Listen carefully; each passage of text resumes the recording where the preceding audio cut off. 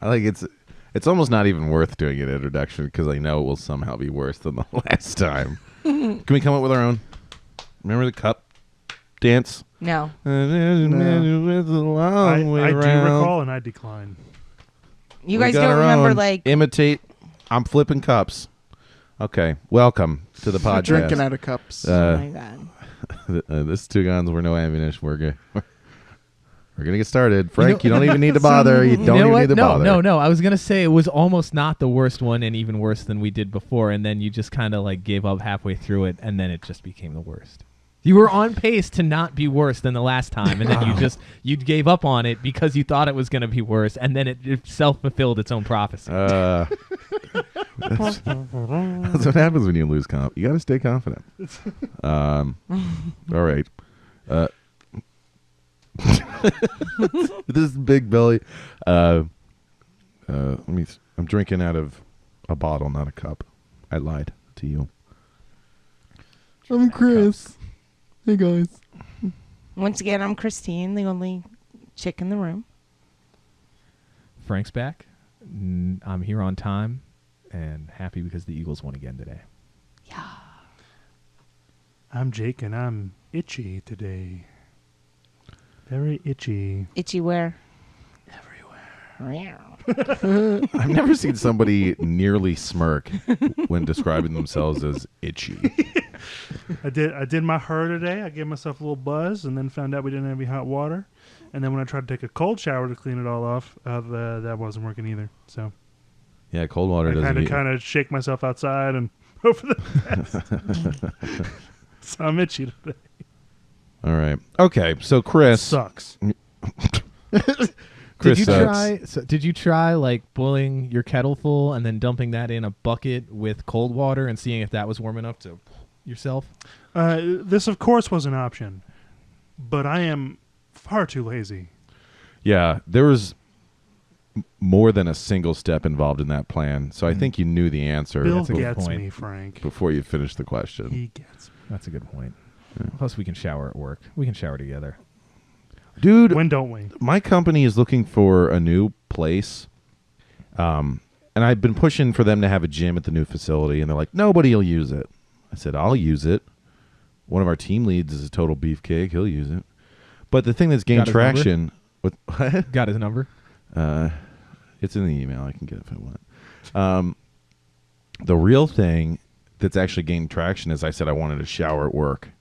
And everybody's like, that's a great idea. It is. I didn't know that adults would want to shower so much. I mean... I have only used the shower at work a few times, but like the times where it was necessary, it's been awesome to have it there as an option. And then here's an option where like, okay, we don't have cold or we don't have hot water. I got work tomorrow. Okay, I'll just pack my clothes and then I'll take a shower when I get to the office tomorrow. Boom. Yep. Well, you That's seem pretty sick. shocked by this, Christine. I have never worked in an office that, other than now, because now I work from a home office, but I've never worked from an office that had a shower, ever. I'm pretty jealous. I'm I mean- feeling cheated, big time. Yeah, I feel like every once in a while when I go into the bathroom and I pull my pants down to use the bathroom, I'm struck by the not the dichotomy, the contrast of environments, right? Because in work, if you say anything too suggestive, you can be fired. But you go into the bathroom, you know, The pull it room all is your out. oyster. you can just pull it all out, you know, and you're mere feet from where you're not allowed to do anything like Deep. that. Deep thoughts on the Wasn't that like dichotomy one of of environments. like the Republicans' excuses for for Donald Trump's grabbing her by the pussy comment was that it was locker room talk? Yeah, on a Co-ed? bus. Co-ed locker room talk? I don't know. I mean, whatever. It was a cunty thing I'll to never say. forget I was reading about the making of Top Gun because I love that movie. And who directed it? Does anyone remember who directed it? No. Regardless, whoever directed it was like he went to like a naval airbase, right, to see like how pilots act at the base. And like he sees like the runway and the air control tower and like the training rooms and all that stuff. And he's like, all right, show me the locker room where like the guys go and like, take a shower and decompress after like a tough day of training. And they're like, what are you talking about? That doesn't exist. And he was like, what are you talking about? And he's like, well, I'm going to put it in the movie anyway. He just made it all up. He was convinced that there had to be dudes standing around in towels, like being all testosterone-y around each other. And then he found out it didn't exist. And he's like, well, fuck it. It does now. Yeah. Dangerous. Or it could have just been classified top secret. Yeah. Yeah, Tom Cruise's junk probably is top secret. Yeah, probably. It's a national security concern. Of course. Scientology, Church Scientology concern. Oh, yeah. The two are one and the same, as we know. Yeah. True. I really want to know what their secrets are. I'm Team Leah. I don't know what that means. Lisa Remy. She's the one that abandoned Scientology. Wow. She has that show that's exposing them for what they really are. Which is a cult? I mean, do they need to be exposed for anything? Cult. No, they're Yeah, really, no, it's probably A lot one of people my don't know like, the favorite. breadth of their shenanigans. I really think that it's nuts. Yeah, every time, like, you know what? That's not even. They suck, is my point. yeah, They suck. I'm just convinced that they're just a big money laundering scheme. Like you donate a bunch of money and then it's tax free, and then they sneak it back to you, so that you don't. They sneak you back slightly less, but you still just dodge taxes. That's what I think they do. Tax arbitrage. Because you buy your way into the higher levels, right? Yeah, like hundreds of thousands of dollars. Yeah, so you probably pay them $150,000 instead of being taxed at 25% or whatever. They take 5%. Such small potatoes to so many people that are in that, though. I mean, we're probably talking millions. Yeah, and it's so crazy. Like the people that are loyal are so like. They're just hyper defensive. Yeah. Can't ask them anything. They're not allowed to give their own opinion of anything.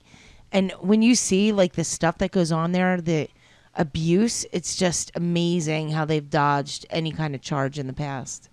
Yeah, I was thinking about them the other day. It's like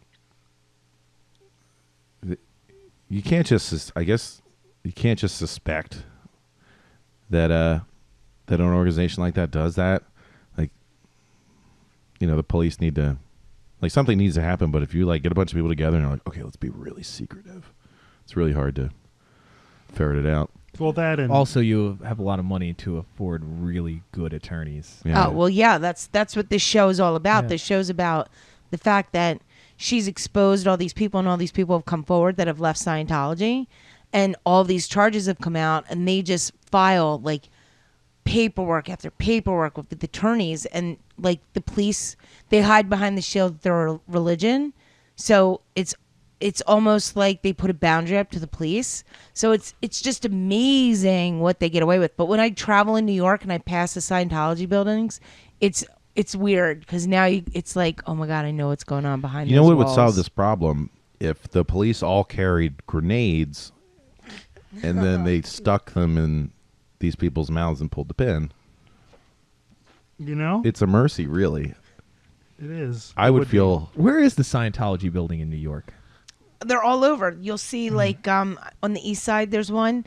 They just look like regular buildings, almost like on the side of hotels. And then you'll look up and it will say Scientology. Like they're not lit up like Christmas trees. I'll have to check one out when I'm there. Yeah, like but if you Google it, they'll bing up all over I your could phone. really Don't see forget your grenades. But I always keep waiting you to know, see these like sea mercy. mariners or these sea like organization that they have. Yeah, like the Sea Crew. The Sea or Org, something. I the think Sea it's called, Org. yeah. Yeah, that's what So it's every called. time I'm in New fucking York, weird. it's like you see this Scientology building, and I'm like, "Where's the Sea Org?" Yeah, I want to see. They're like, I they're want to fucking. hear. They dress up like sailors and shit. I almost want them to spend like an hour and a half just telling me their bullshit for me my to be God, like, I know. "Thanks, have a nice day." I'm late. I'm pretty confident Frank would become a high-ranking member of Scientology. I don't know why you think that. Well, you give me so much more credit than I deserve, and I really appreciate that. Well, like, I think if you were like, okay, I could totally take advantage of these people. Yeah, I think you right to the top. I mean, they were know that what? easily I mean, yeah. manipulated. You know, Frank does have an ethics subroutine that Mm-hmm. prevents a complete extreme absolute systematic exploitation? No, I just choose to run it most times. You don't have free will though. Does not compute. Anyway, so that Scientology the game is coming out, I guess. Yeah. That's why we're talking about it. Get Oh, your yeah. get your special order grenade. Yeah. That way, when your dog gets sick, you can save a trip to the vet. Stick it in our mailbox, Yeah. and we will return mail you a Scientology game grenade. It just pops into a bunch of broken discs. Well, it's almost like Cards Against Humanity when you just keep growing the deck, growing the deck, growing the deck. Yeah. Scientology's like grow the community, grow the community, grow the community. Yeah, but Yeah. Cards Against Humanity is It's going to a be hard to gift make enough grenades to, humanity. Oh, that is a gift to humanity. Put all those Cards Against mercies. Humanity doesn't discriminate. No, that's just equal opportunity. Dude, I don't want to be like a boner, but I'm over Cards Against Humanity. What? I played Apples to Apples in school, which is essentially the same game, and then they say no words in Cards Against Humanity. Ooh. They do more than just say no words there, because they have way more cards, and in Apples to Apples you had to be somewhat clever to get something funny to line up. Most of it was just like, it's not geared for that. Mm-hmm. But, you found ways. Whereas Cards Against Humanity is explicitly geared for that, which just opens brand new heights of debauchery and insanity. I guess I've just become jaded, because I've lived around edgelords and I've read their maymays on the interwebs, and it's just not edgy enough to be funny for me anymore. I think you have to play with people that you've been friends with for a while so that you can bring out like inside jokes and whatnot for it to truly capture the experience. I think it's a great first date game, actually. It just opens the door for where someone is right out of the gate. I mean, come on.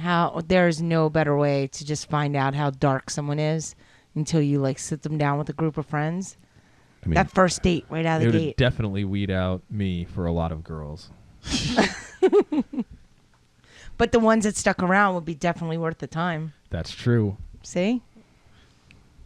I mean, the long-term time. Think how much money you'd save. well, I don't think it was ever a shortage of money. I think it was more a shortage of dates. Oh. So I don't know if I need to- Oh, is that what it is? Yeah, well, I was gonna say it was a shortage of grenades. Yeah. Oh, see, if I was empowered by my grenades, no Like if you problem. all in you my had to do life. It's not about the grenades. Are It's you about the having this, like, implications. Right. Love affair? What's going on with the grenade? you just like- you just put it in their mouth and then pull a pin. Oh, Yeah, that's it's a just so mercy, horrible. really. Welcome to the Two Pins No Grenades podcast. I know. I'm like, what? It's a mercy, really. Really, though. Oh, my anxiety level just like shot up. And for Bill, it's the Two Grenades No Dates podcast. Yeah. You see, Christine, when you're old and it's time to finally tell you about the rabbits, Yeah. I will pull the pin on your grenade. You promise? I will do that for Okay. you. Yep. Maybe that's not a bad idea. Yeah. And I'll slap your ass so you run off into the field too. Oh, there you go. Yeah. You can So then live. you don't have to clean anything up? No, you can live like the horses you love. There you go. Thank you so much. Yeah. So how many grenades have you used to put down horses at the horse farm? Wait, none. Are you kidding? Oh, how many, Oh my God. They're like, that would never. Are you Is kidding? it They're like that thing in it's a No mercy, Country though. for Old No. Men with the spike that was like real quick? No. They also Oh. actually had a firearm version of that. Ooh. It was just a barrel with like a thumb trigger, and it would just pop a shell in there and went pop and just shot him in the head. yeah. Yeah, they No. exist because the bullets. It's too expensive to use bullets to shoot all the cows, so they just have like a piston that fires with a. Yeah. And apparently it busts open deadbolt locks on doors. Additionally, did you know they use they have like hammers that you hold a blank shell in and you put a nail and you hit it. It goes kaboom, and it hammers a nail into concrete. What? Yeah, it's my dance instructor was using it. He's like, "Oh, let me show you something." Did he preface it with "Let's see you dance, boy"? No, that would have been a pretty sweet line. No, he's more about the dad jokes. All right, Chris, you picked up an Xbox One S, which I'm going to be honest with you, I had no fucking idea that thing existed. I thought it was only the Xbox, the Xbone, and the Xbone Xbonics. We are in sync tonight. Cock So- 'em, lock 'em, and rock 'em. Yeah. So give us some report. It's pretty much like the it's like the bridge between the original release Xbox One and the Xbox One X. It's pretty much like it's like the same hardware, but it does 4K. That's the only difference? I think so. Is But that I I was was a able little to bit find. smaller too. It's a Yeah, pretty it's big smaller. difference. Yeah, it's much smaller. And I think they're coming with the Elite controllers now, because I think that's the one that I got with mine, and it's pretty sweet. What are those? What are Elite controllers? I don't know. It's just really comfy though. It's really comfy. It's really lightweight. The grip is really nice. It's a really nice controller. Oh, okay. Yeah, Yeah, I got the white one because this is America. I seem to remember the Xbox controllers would have the rubber would wear off on the sticks. Is that an issue? This one's really nice. Jake, how's yours? I don't use this controller anymore because of the left stick. It moves you forward constantly. So like if you let the controller go, you might like walk off a cliff. Other than that, it's fine. I mean, like I've put a ton of time into this fucker, and they're all right. Oh, it looks pretty good. Aside from walking you forward. Yeah, that's like an issue inside of it. Yeah. But I mean, this is the Forza edition controller. It's like purple with the racing stripe and like rubberized grips underneath. There's a reason I wore it out. It feels fucking great. And still works really well. Like everything's really nicely broken in. It's just that one little issue. With Is the that left an stick. Elite controller, or is it? Just I don't know. I don't think so. Oh, okay. This console's like 2 years old. Well, now that it's broken, you know what you got to do. Shoot it. No, put a grenade under it and pull the pin. Doesn't have a mouth though. We'll make do. It's still a Mercy though. Really. Yeah, it's a mercy, really. It's So how does the 4K look? I've actually never played. I don't have a game 4K before. TV, so I have no experience. You don't have a 4K TV? No. I tell you what. Pleb.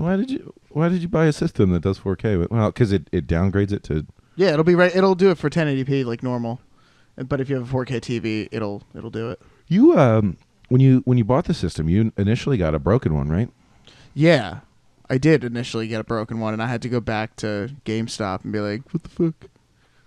Is that a widespread problem? Has Nintendo yet again fucked up its hardware deployment? Nintendo. Oh, is that what I said? Yes. Xbox. Microsoft. No, this was I got it. Actually, I got it pre-owned, certified, refurbished. I don't trust the refurbs, man. The second one was like perfect. It was Yeah. great. How much was the refurbished? Like $259. Really? Yeah. I just saw a deal on Amazon for an Xbox One S for $225 brand Yeah, new. that's about right. Actually, yeah. 'Cause I Oh, think- you got a bundle, didn't you? no. I got the One S 500 gig. I think it was $229, and then I got the warranty, and then Wolfenstein. I think I spent like $300 in one day total. That's actually not bad. What made you get up and get an Xbox One S? I could afford one now, Oh, okay. and I wanted to get current. Yeah. Hey, within the next 3 weeks, I'll be getting a One X and a new 4K TV. Yeah, I'm looking forward to That's that. sick. Yeah. Hopefully the Black Friday sales treat you right and you can get a nice big fucking TV. Do you I know was just at Best Buy today. I was thinking I might jump down to the 55-inch, but after being there, I'm looking at the 70-inchers. Yeah, That's gonna dude. be so sweet. Now that I have a 65-inch TV, now granted, it doesn't display the color blue. You have a 4x3 65-inch TV. Yeah, it's the old reflecto projection. Yeah, but it's tight. It's nice. I mean, it does HD, so it's sharp. But going up to 65 inches, I don't think I'll ever come back down. I'll just wait longer and buy a huge TV. It's Yeah. really nice. Yeah. I mean, I have a 42-incher in my room that I got. I've mentioned this before. I got it in a bundle with an Xbox One for $500, both combined. Yeah. And I mean, sick. like, yeah, how do you beat? That's the reason I got it. I was fine with my TV that I had before that, which was like instead of a 42 it was like a 40. But I was like, okay, this one is smaller and it's a smart TV. Not that that matters because I have my Xbox hooked up to it, but it was nicer TV than what I had before. And for $500 for that and an Xbox One, yeah, I couldn't pass that up. So that was a couple of years ago now. So it's time to upgrade. What are you going to do with your old TV? Huck it out the window? No, I'll probably give it to my mom. Oh, and then she'll get her grenade, and Yeah. Put it out of its misery. yeah, it's a mercy. Really. So, how you like the system now that you got the one that works? And Yeah. Once that issue was resolved, they just gave me a whole new one, same exact thing, and it's great. I love it. they took the old one that was broken. And I don't know and what right they in do front of with you. They just put it right back on the shelf. Said, Probably. "Fuck the next guy who comes in here." Yeah. They put a Well, it's grenade- better than wasting a grenade sometimes. Right. Right. If you don't have a grenade handy, you might as well just resell it to somebody who may have a grenade. Right. And at least then they can put it in the disc tray, and that's close enough to a mouth. It's a mercy. So, what have you played on it? I got Wolfenstein that day. And that must run well. That's not like a super demanding game. It's still pretty small. It just came out. Oh, I'm thinking of Wolfenstein: The New Order or something. Yeah, that was Previous one. the reboot that brought the franchise back. Oh, okay. So, so in this new one, the Nazis are the good guys, Negative. and They're never the good guys. okay. So what's this new game about? So basically, what happens is it's an alternate history that it's as if the Nazis won World War II and they occupy America, and we're taking America back. All right. Getting pretty fired up. Oh, Did you beat the single player campaign yet? yes. How long did it take? About 4 days. How many Playing hours after played? work. I played after work for about 2 to 3 hours a night. So it was like a 12-hour campaign. Yeah. It's not And then too there's side stuff. And then there's something on the main menu right now that's like vault unlock. Like that's there's a timer going down. There's like another like day and a half left until they open something up in the game. Nobody knows what it is. bad. Hitler becomes a playable character. You do encounter Hitler at some point in the game. Yeah. You can't kill him though, because then he kills you immediately. Or somebody else. Like there's like a drone guy that tries to kill you or will kill you. So you just ignore Hitler? No, you actually interact with Hitler quite a bit. Interact like you have like play dates. And Yeah, you hold Lunch hands, dates. you walk through Yeah, the, like spin the Hitler's bottle. Hitler's making like a movie because he hates you, and he's making a movie about you because you're wiping out his army, and so you go undercover as someone who's going to play yourself in a movie, and he can't tell because you have a bullshit mustache on, but. Oh, that's But amazing. like what's amazing is that they make Hitler out like Hitler's like all like he's such a slob, like he pisses on the floor, he's hacking out a lung, and he's just a total piece of shit. They make Hitler they make Hitler a bigger piece of shit than he actually is. Well, that's not If that- fair. He it's has very fair. You Like it's hilarious. is nothing off limits to these people. No, I can go I can go deeper. There literally is nothing that is off limits in this game. So you never had an Xbox One before this one? This is your Correct. first. This is current my gen first Xbox One console experience that I own. that you own. All right. I'm wondering how some of the games on Xbox One S, like load times and whatnot, compare to. Oh, it's amazing. yeah, Yeah. like the regular Xbox It One. is much quicker. Yeah, it's a lot faster, except that the games take a long time to download if you're downloading them from That's the typical. store. But yeah, well, because you're going from like 10 gig size games to like 50 plus. I think Doom was like 53 gigs, and I know Wolfenstein was like 49. Seems about right. I didn't have any problem. I remember The Witcher 3 was like 60 gigs. That only took me. It took less than an hour to download. Oh, Wow. really? Yeah. Well, you live right over the stupid Wi-Fi thing. Yes, I do. Well, I got. See, The I have Witcher. mine. I have mine Ethernet, like direct. Yeah. I'm not even using the Wi-Fi on it. It still took that long. Oh. Well, we have decent speeds. Yeah. Not only that, but when I got The Witcher, I was in the old apartment, Oh, okay. and I was hardwired in, and we had good internet. So I broke into the old apartment. No, you didn't. This is where we used to live. Never happened. Why did you take the mousetrap? Fake news. Why did you take the dish rack. Fake news. Come on, you guys aren't going to sing along? Bill, I will go get my grenades and just put you out of your misery. It would be a mercy. My legs are very sore. What? Oh my. Well, I do not want to know why. 'Cause From rugby, I told you. Tell us more Is about that all? Wolfenstein. He's storing his grenades in his rectum, but You know, Oh. that's why you couldn't interact with Hitler. You didn't tell the drone guy that you were just going to put a grenade in his mouth, and it was mercy. yeah, that would be sweet You though. got to think outside the box when you play these games. So, about the gameplay, is it pretty much linear? I mean, is there any sort of storyline? Is there any sort of choice? Oh yeah. There's a very in-depth story. They go very deep into the main character, BJ Blazkowicz. They go into his past a lot, like through, like in the beginning, and then they do like flashbacks, like throughout the game. Like going BJ back to his- Blazkowicz.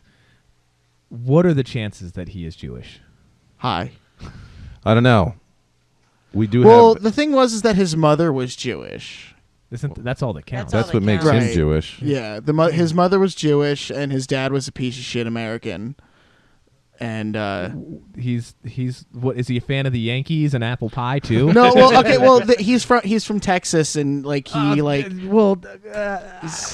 from Texas, and he abused his mother. It was just like, oh, I should have never married a Jew, and would just like beat the shit out of her in front of him. Like this is in the game. Like he witnessed this scene happening, and then he like finds you and then beats the shit out of you, and then like he's like, oh yeah, I can't wait for the Nazis to start taking over and shit, and like get rid of your ass, and like all this like horrible ass shit, and they start doing shit like this to get you so hyped to just start killing the fuck out of Nazis. Yeah, but does his dad mansplain? Because that would really make me upset. There was a lot of mansplaining, and Ugh, then like, what a and then pig. like the What the kid gets like super pissed and really good at football, and then he goes to UT and right. gets drafted by the Texans and is their top quarter. That's a different game. I'm sorry. That was Madden. And then like also like they so like at this point the The story culminates in a big football game between the University of Texas and the University of Berlin, and then whoever wins, that's who gets America. Wow. I mean, is it more American than settling it in a game of old foosball? You're looking at me? And then on the final play, it's up to you, and you're dropping back, and you see like your best friend in the end zone. You bomb it to him, and you win on like the last second throw. And then your dad comes up to you and goes, "You know, son, I learned a lot about you today. You're okay." For a filthy fucking Jew. And then he puts and then your dad puts a grenade in his own mouth. Pulls it back. Oh my god. Now, I think what would make that game more exciting, in addition to having America on the line, would be like a quick time event. It's like, quick, choose between winning the game or living with CTE. That would be exciting. That would be an exciting choice. I'm throbbing. So, I would have expected the game to be pretty linear, but you're telling me that it was not? it was not. Is there any Why, sort of why like- do we say that linear is bad? Well, I didn't say it was bad. I just thought that would be the nature of these games, that you're almost on rails as you're pushing through. But But the implication was that linear bad, open world good. I mean, it is every linear, game- but are like you hurting these women? What? It's Always Sunny. Oh yes, Reference, yeah. yes. Yeah. No, you're not going to hurt it. What are you not getting about this? Anyway, Well, I don't know. I don't think Bill Yeah. was saying linear is a bad thing, but he was trying to gauge how linear the game is. well, that's part of the main storyline. It's like and then like you like interact with like the flashbacks. How and would you shit. describe the scope outside of the main storyline?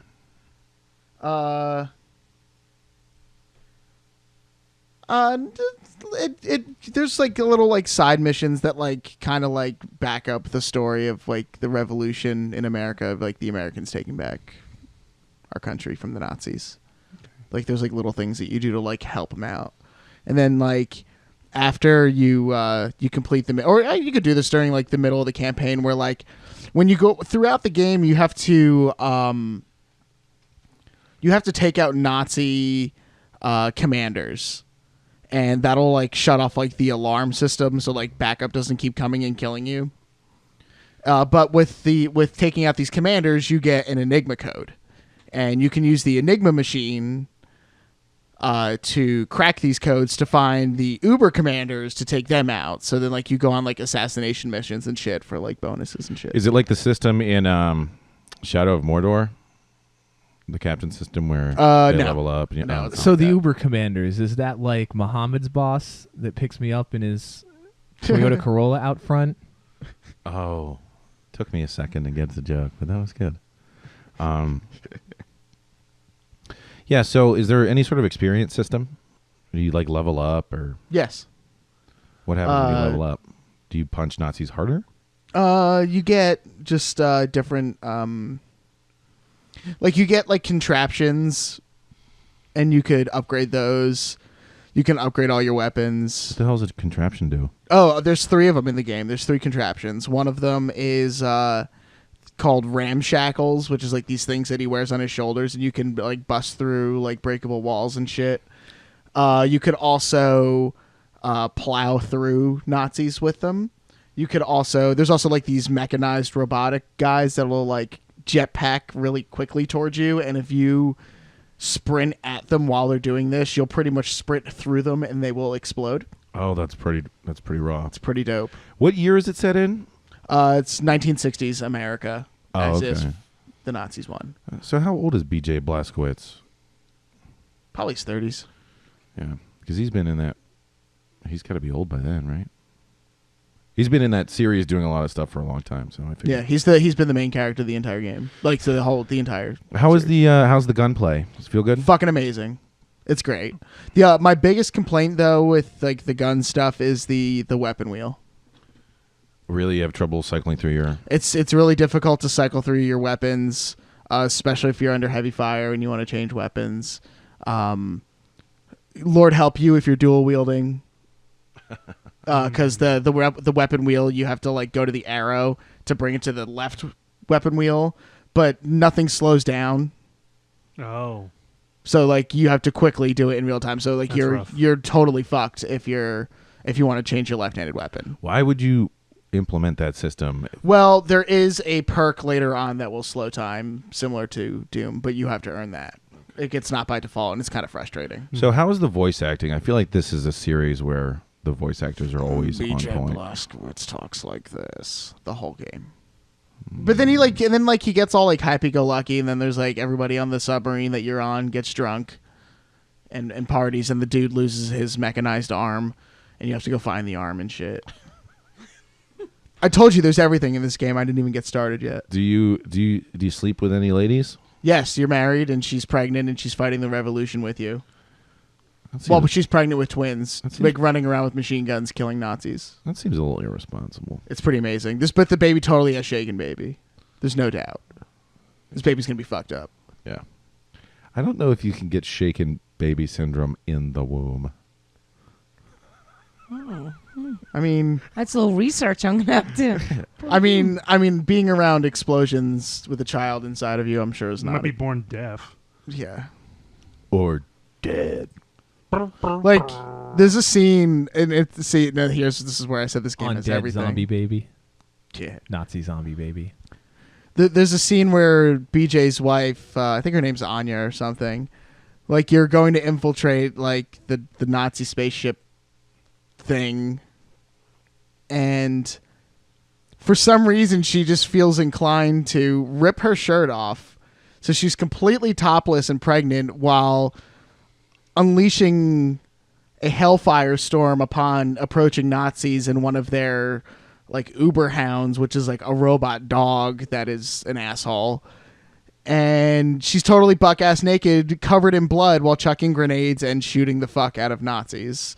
And then he's like, while she's straddling you, and you're just like, whoa, because your wife is naked, killing Nazis, covered in blood, blowing shit up around you, pregnant with your children. And still having sex. Yeah, Wow. It's They tough- didn't leave tough anything mama. out. Who the fuck made this game? Bethesda. I don't know, but that's who. Then there's also breastfeeding in the game. There's a a crazy Jewish doctor that right he attaches like two different rodents' bodies together, like just like the head is different from the body, and it survived, which is foreshadowing. Which I'm not going to give that away. But yeah, that's foreshadowing in the game. Heads up. But it's nuts. There's just so much shit, and you can just nothing gives me more satisfaction than putting a hatchet into some very fine people's skulls. Wow. Nazis. I'm like, wow. I'm just It's taking it all in, and the game is wow. crazy. Wow. So have you played? Have you experienced any multiplayer with it? There is none. Not yet, at least. You paid full price for a game and you got 12 hours of gameplay out of it? Well, there's all the side missions that I'm not done with yet. Oh, okay. All right. Fair enough. Oh, and then very much like New Colossus or whatever it was, in the very beginning, you have to choose like who you're going to save, and that will determine how the game plays out. So there's pretty much 2 independent campaigns depending on who you choose to save in the beginning. That's interesting. And you get 2 different weapons, like heavy weapons, depending on who you choose also. I got the laser. It's pretty sweet. What's the laser do? It's really good against like the robotic mechanized Nazis. Pretty much takes them out in one charged shot. Like straight up organic, it's not as good, but like the mechanized stuff, it's pretty tight. It'll take out like the giant. There's like a gigantic Nazi robot that's like huge, and it has a really loud horn that honks when it's around you. It's terrifying. Is that what it sounds like? Or is it more like... It's like that. Michael Bay got involved in this one. Like it actually reminded me of... Have you any of you guys seen Red State? The Kevin Smith movie that was pretty much based on the Westboro Baptist Church and how nuts they are. I think I have it somewhere. Well, it's real good. Bill's dying. All right, just sit tight, Bill. I'll go get a grenade already. Thank you. Are there loot appreciate crates the in this mercy. game? No. Thank God. I hate What are loot crates? What the fuck are loot crates? I'm not even sure I know what loot crates are, but I hate them.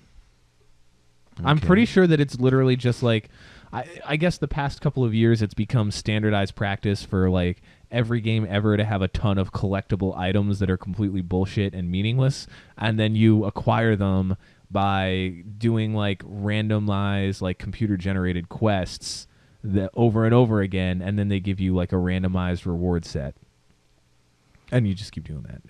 People are obsessed. I know with them. RuneScape has some sort of like marketplace that they want to implement with microtransactions. You are all familiar with RuneScape. Yes. We used to play it many moons ago. I never played it, but I know of this. yeah, it's like a medieval era online browser MMO. It's been around since we were little, but the community is pretty pissed because not only you can't just buy these collectible things, you have to pay real money to play a roulette system that doesn't guarantee that you will even get the prizes that you want. Fuck that. Yeah, it's like, and I'm like looking at them like they could literally just be like, we've given away too many of these and make everybody lose for a while. Oh, that's not right. Right? That pissed me Rude. off. I'm not saying they do that, but they certainly could, All right, so any final thoughts on Wolfenstein? Fucking play it. It's really good. I intend to. It's no, you're gonna it brings me lots and lots of joy. The weapon set is pretty good. It's actually very good.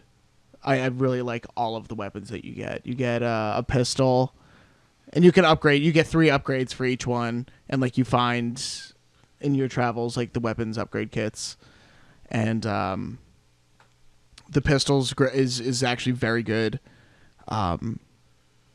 You get a shotgun that's like an automatic shotgun that like spins 3 barrels, or you can shoot all 3 to have like one really super power blast shot.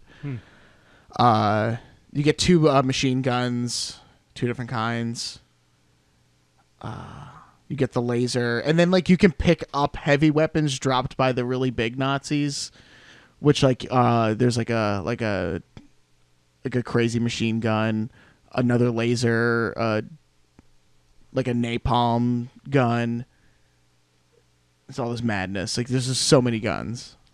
So it sounds like they took the time to make a really fun game. It's extremely fun. The question is really, does he thunder gun, aka Hang Dong? What?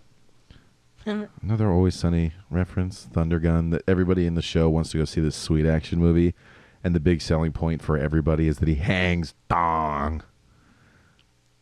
Danny DeVito saying hangs dong was pretty entertaining. Him saying almost anything is pretty entertaining. So Yeah. I very much believe you. But no, I'm not familiar. Do you get to go into the sewers at all?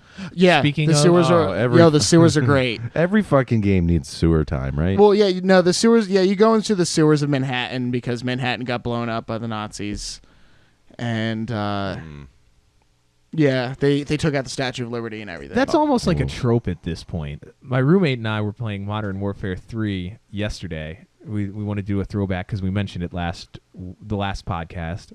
We were going to play the Horde mode, so we did. But then we also ended up playing some of the other stuff on there. And of course, I forgot that part of the mission, and then some of the I'm not going to say side missions, but like special. They called them the special ops missions from the old Modern Warfares. Involve like doing stuff in Manhattan after it's blown out. And like I can think of like 5 other games where you like go through like a blown out Manhattan that's been invaded by normally the Russians, maybe the North Koreans or the Chinese, but you know, it's like a video game trope at this point. Like, oh, check out New York, it's been invaded. Like, when are they gonna really take it to Philadelphia, huh? Take it to Philly, take it to Miami, take it to Boston, like Fallout 4 did. There's plenty of other cities on the East Coast that can be invaded that aren't New York. Yeah, I don't know. And it's hard to invade New York. It's well defended. Why not throw some Canadian cities some love? You know, Toronto, invade Toronto. It's mentioned in Fallout 3 more than once. Yeah. Ronto. Well, maybe But they never go there. this is the injustice that America needs to wake up to. Not enough American cities being invaded, only New York. Privilege. Yeah. Invaded privilege. So you have also been playing, I guess all of you have been playing Doom. Doom Yep. 2016. Fuck yeah. At long last, because we're all fuck ups. This game's been out for a year. And we just started. From the brief amount of time that I've seen it, it looks fucking awesome. It's a perfect game. It is great. so brutal. It's a perfect game. It runs on the same engine as Wolfenstein, so it's very similar in a lot of in terms of gameplay wise. Is Wolfenstein as brutal? Yes. Really? They're like It's bloody ripping as fuck. monsters' faces open? Oh yeah, you put a hatchet into their heads, you can snap their necks. Like Yeah, but are you tearing off limbs and beating Yes. said? yeah, Okay. you cut their legs off and shit. Yeah, but do you then beat them with the limbs that Yes. you removed? Okay. Yeah, you take their leg off with the hatchet and then you just beat them over the side of the head with their foot. Nice. Well, there's a lot of that in Doom as well. Yes. There's demons on Mars. Yep. Why not? And that's You get to be a that's space Doom. marine. That's been Doom. Also trope by this point, but Space Marines. yeah, Hey, well, it is harkening back to one of the original of these shooters. that's true. You know, It's like basically the original first-person shooter. pretty much, and it has just enough plot to have purpose, right? And that plot, with giving away no spoilers, is as follows: you're on Mars. A large mega corporation has been harnessing demon energy for human uses. Walmart. They fuck up, and demons spawn all over Mars and kill everybody, and you are very upset about it. Very, very upset. That's all I need. And they, they didn't even need to blow up the Statue of Liberty. Pretty much, furious might be a better fit. And you take it out on everyone you see. Super fucking pissed about it. Just real, Right real from the cross. beginning. Yeah. Yeah. Right from the beginning, everything you see, it's just like, I need to rip this thing's head off with my bare fucking Yep. hands. Yep. And you do so a lot. Yeah. And You're still pissed. yeah, it's a shooter. There's a lot of rage. You start with It's very fast. It's very fast. It's an arcade game. It plays like Yeah. an arcade game the whole way through. I got that feel. It's from very how bright- fast. yeah. It's very streamlined. Okay, the right stick, pressing the right stick button. What do they call it? RB. No, that's bumper. ass above here. Yeah. Well, clicking the right stick which is bash in a lot of games, is also like the grab and action, right? Because they're smart. And you're using your right hand for all these actions. You're bashing and picking things up. Staying in theme with you do two things, and that is punch things in the face and take what you fucking want. Because you're furious. So, like, that's real intuitive after... I mean... And very offensive to left-handed people. Yes, also true. Like me. You never reload. You just have I love ammo. that. And yeah, well, I mean, you technically reload the super shotgun, the double barrel, but like you fire it and you just keep going. But like everything else, you just the pump shotgun just keeps going. The machine guns just keep going. You just keep going to run out of ammo, and you pick up more ammo all over the place. There's none of this bullshit with reloading. You don't reload. What does that do? It frees up the X button, which is reload in many games. It's either X or B. Instead of reloading, X is permanently bound to your chainsaw when you find it. So no matter what your weapons are that you have equipped, which by the way, the weapon wheel is perfect.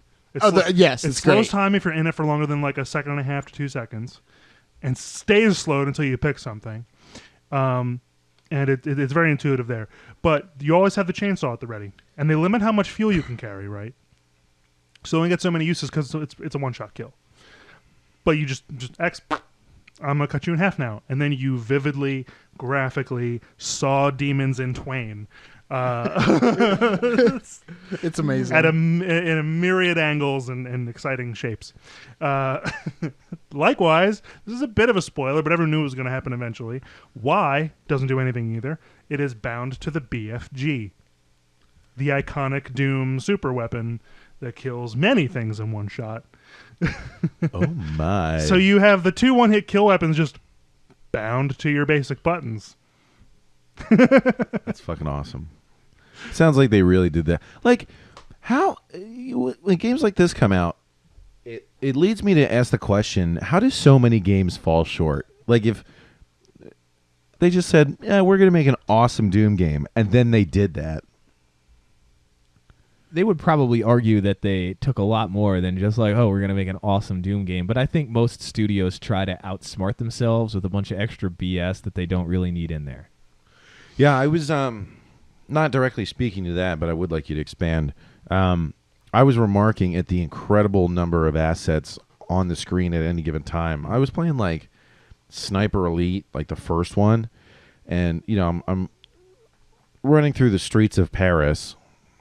And there's the floor, the building, and then a pile of rubble. And that's like all the things on the screen. You know, there's just not fucking anything there. And Doom now is well filled in. I can't believe how far we've come. There's just shit everywhere, and it all looks unique. Mm-hmm. But you, Frank, you made the point that these teams are huge. These development teams are huge. Yeah. I mean, you look at the credits now. I mean, not that like you could look at the credits of like, let's take big name games from 20 years ago, like a Final Fantasy VII, right? Yeah, the credit list on that is pretty large too, but even that doesn't really compare to the development team that you would have today.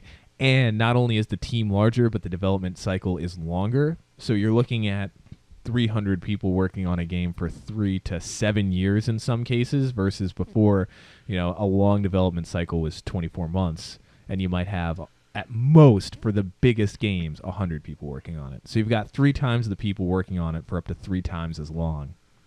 Yeah, you're not just gonna have a lot more time to make a lot more assets, and this is where I think a lot of modern games suffer, is the sprawl that they have. Is they flesh something out really well, and then they realize like, oh, we have so much more time to do all this other stuff while we wait for all this other stuff to happen. So then they start to add in more game modes, more gameplay mechanics, all this other stuff that is so ancillary to what the core idea of the game was, that it feels unfocused and you just kind of get lost and meander around. Assassin's Creed 3, I think, is a pretty good example of that. It was a good game. But there's too much stuff going on in it. You know, they added like the ship element and whatnot, and it was fun for like in that game for like, I don't know, 20 minutes. You're like, oh, I have a boat, and then you're like, yeah, but what does it really add to this? You know, to the game, to the rest of the game. Right.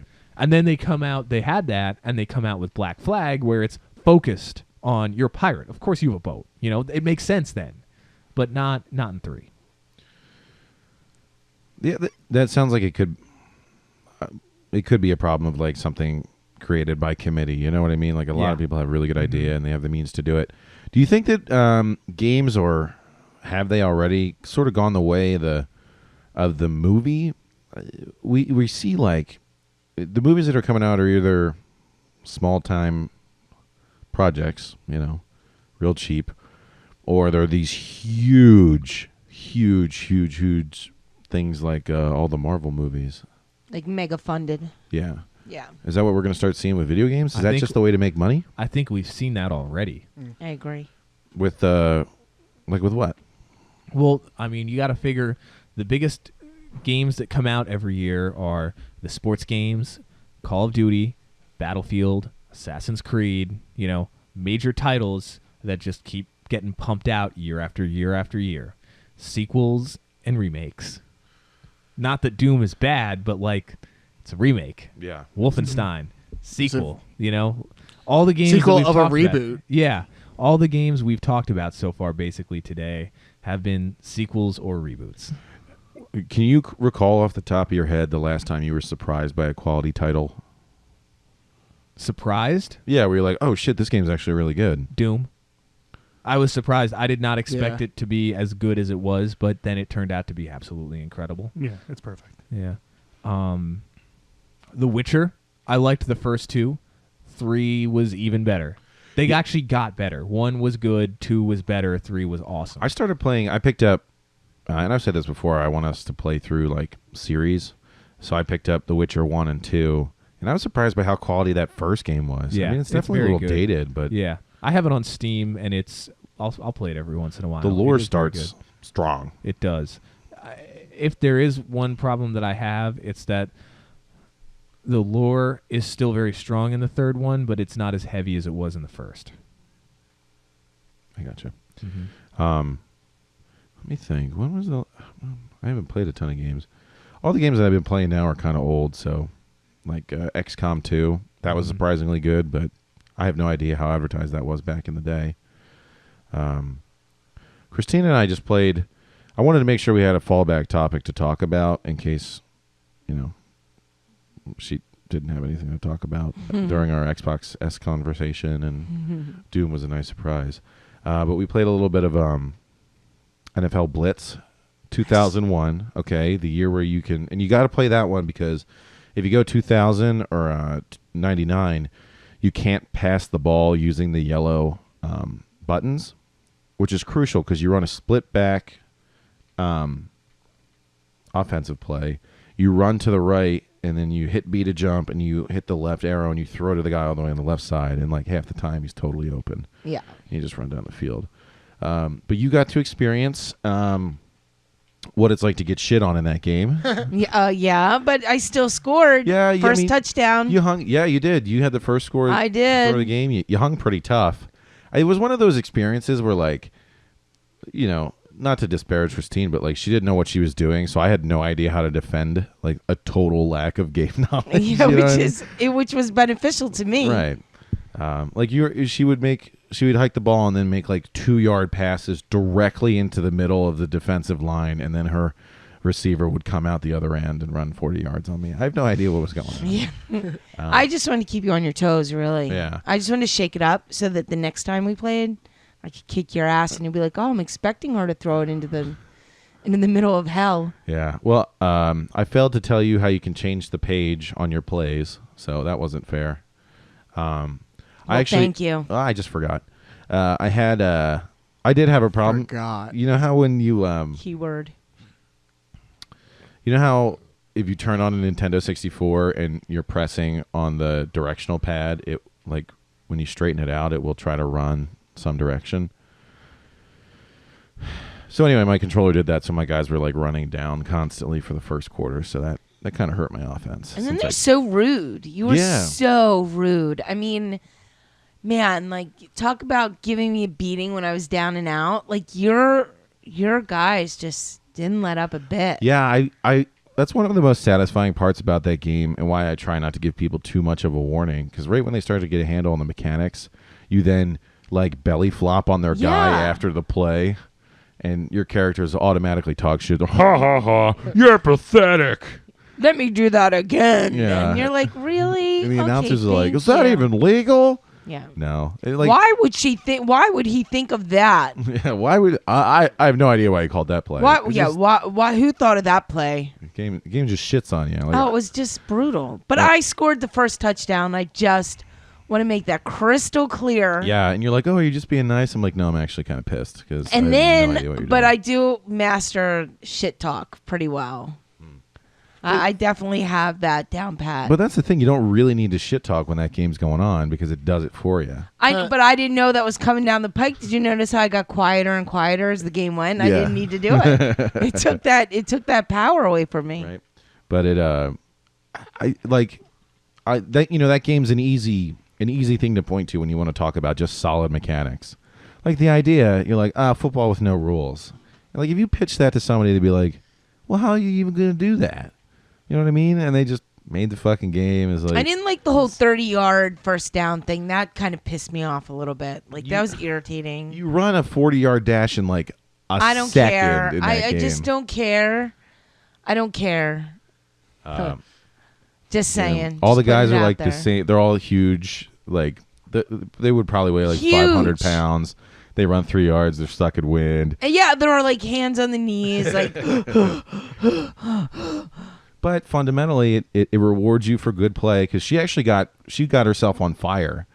She completed because she's only passing. She's hitting A. So if you hit your intended receiver for the play 3 times in a row, you get on fire, which means you're harder to tackle, and your passes are like laser beams, and you Frickin' laser beams. yeah, and you don't run out of turbo.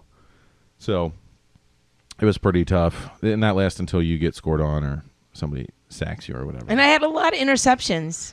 Yeah, I was like, I'm going to throw a 65-yard bomb and look like a real cool guy. I did it 4 times, and 4 times I threw an interception. Thank Nice. you. Because the way the difficulty in that game works is like the teams in the AI, they all behave 100% identically.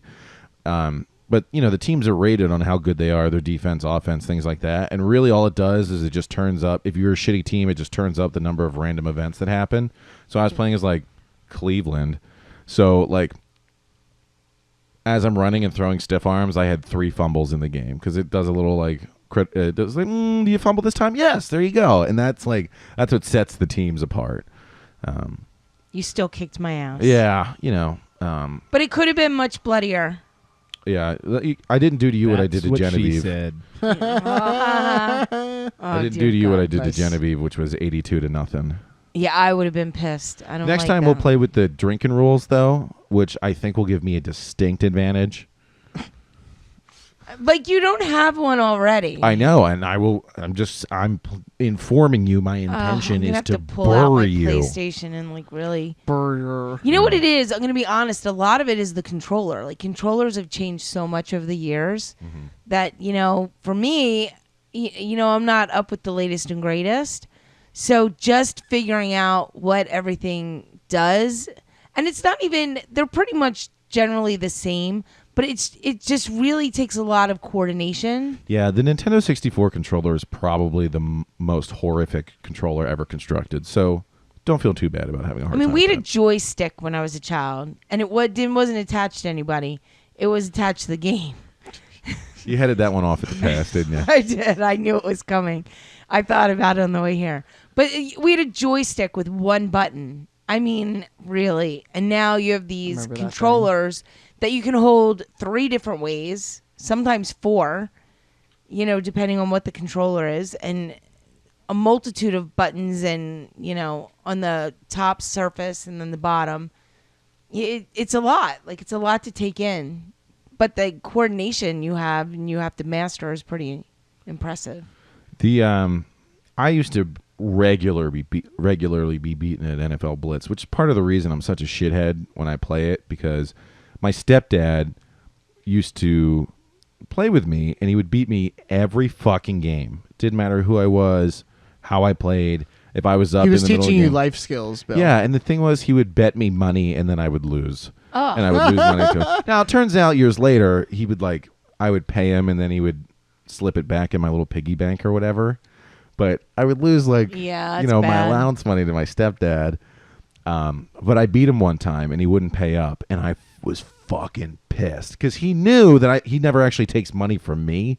Right. So he's but I stomped around the house until he paid up. Yeah. Where's that money, biatch? Yeah, I learned how to. What did I learn how to do? I think I learned how to jump and throw or something, or I learned how to stiff arm, and I wouldn't tell him how to do it until the end of the game. And it's the only time I've ever had him rattled. He's like, "How you doing that? How you doing that? Come on, tell me how to do it." I'm like, No. I'm not showing you shit. yeah, a little 9-year-old kid fucking keeping secrets. But And then I'm not going to show you any more shit until you put money in my hand. How's Yeah. that, biatch?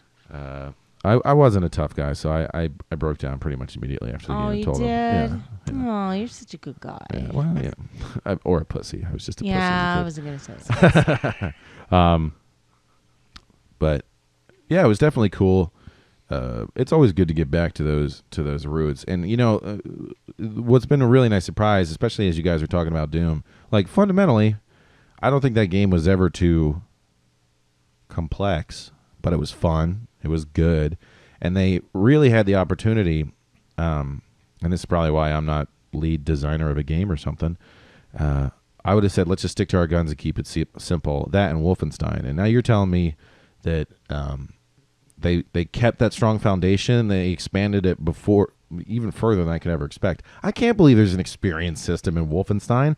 I can't believe there's a non-linear story. All this stuff shocks me. And I mean, well, I'm sure it's a good game. It's probably unnecessary.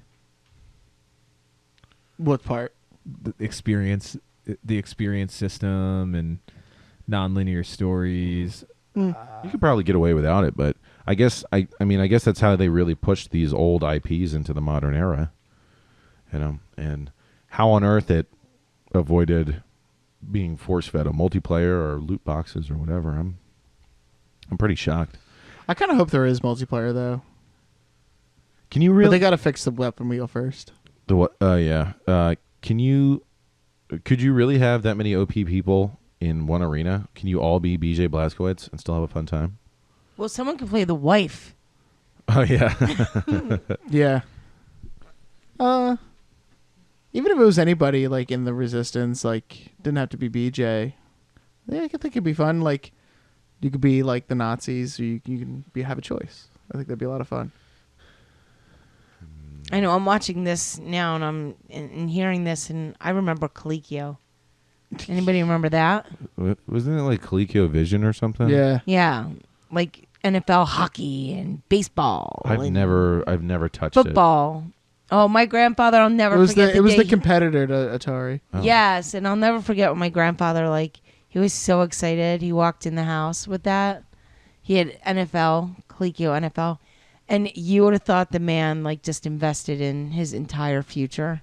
And he just was so into it. And then my uncles, who are only, they're not much older than I am, they were playing it. And then they got me into it. And then next thing you know, we had all 3 games going. And it was I don't know. I thought that was fun. And even though it was a bleep game, it did start teaching you that hand-eye coordination that you needed. It was a bleep game.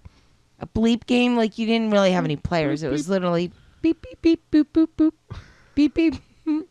Yeah, that's about it. And it was little lines, your players were lines. So, yeah, it wasn't high tech or anything. But I will say this. I was at a hardware store in my hometown. And out of the blue, I walked in to get a key made, and I walked down the aisle, and there's all 3 Colicchio games right there. Nice. So there's baseball, football, and NFL.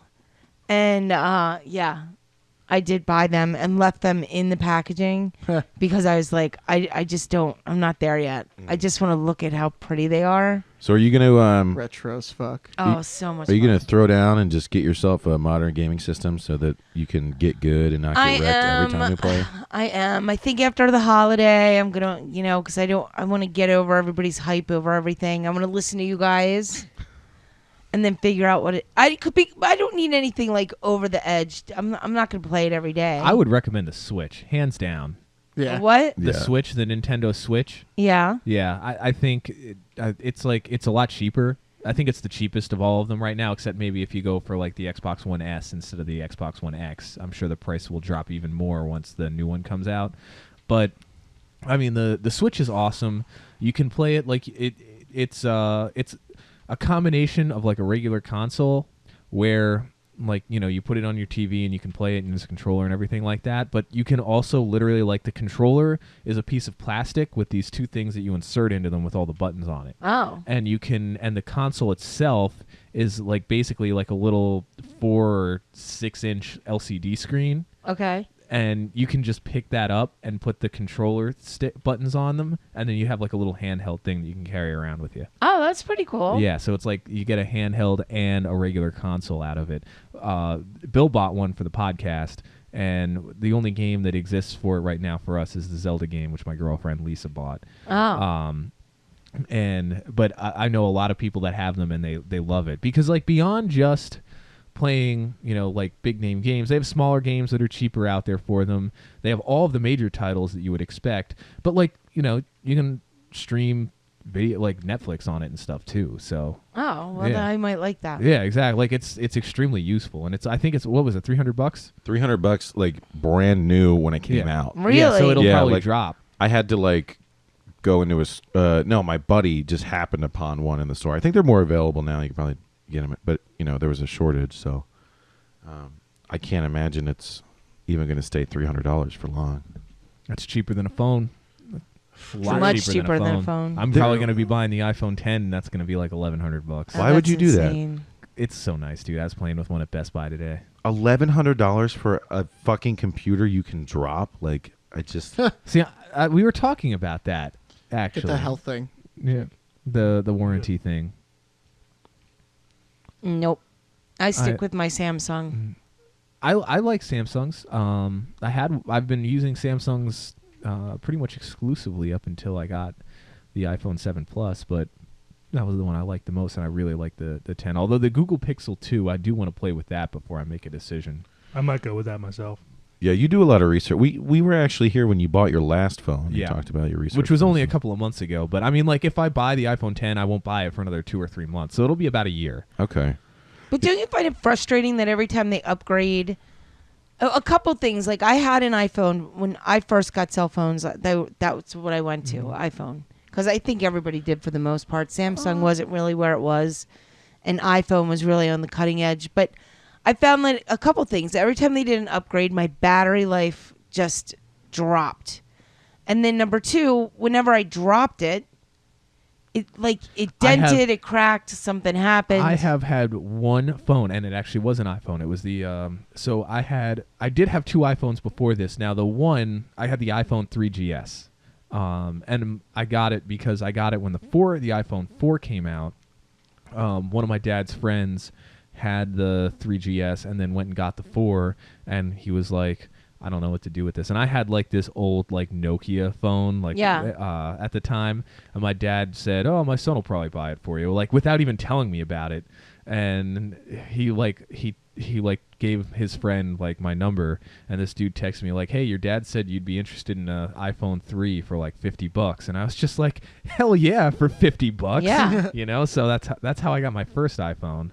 And I thought it was pretty decent, but like 2 months after I got it, I was going to a pizza place back near my parents' house, and I had these pair of sweatpants in college that like the pockets were like up high enough so that they basically faced straight down. Oh yeah. And then like I got out of I used to drive a Chevy Tahoe, so I like you're really high up off the ground in that, and I went to get out of it to go pick up a pizza, and it fell out. And when I got home, I realized, like, where the fuck's my phone? Like, it must have fallen out. So I checked my car. I'm like, fuck, not in there. So I drive all the way back down to the pizza shop, and in the puddle next to where I parked, I found my phone. Oh my god. And- That sucks. And I got it. I put it in. I did the rice trick. I put it in a bowl of rice, and it turned back on. But the backlight to the screen died. So I don't know if Jake remembers this, but for like 6 months, because I was a broke ass college kid, I had a phone that was like I had to like tilt it the right way in the light to be able to see the screen. Oh no. That was the only time I ever fucked up a phone.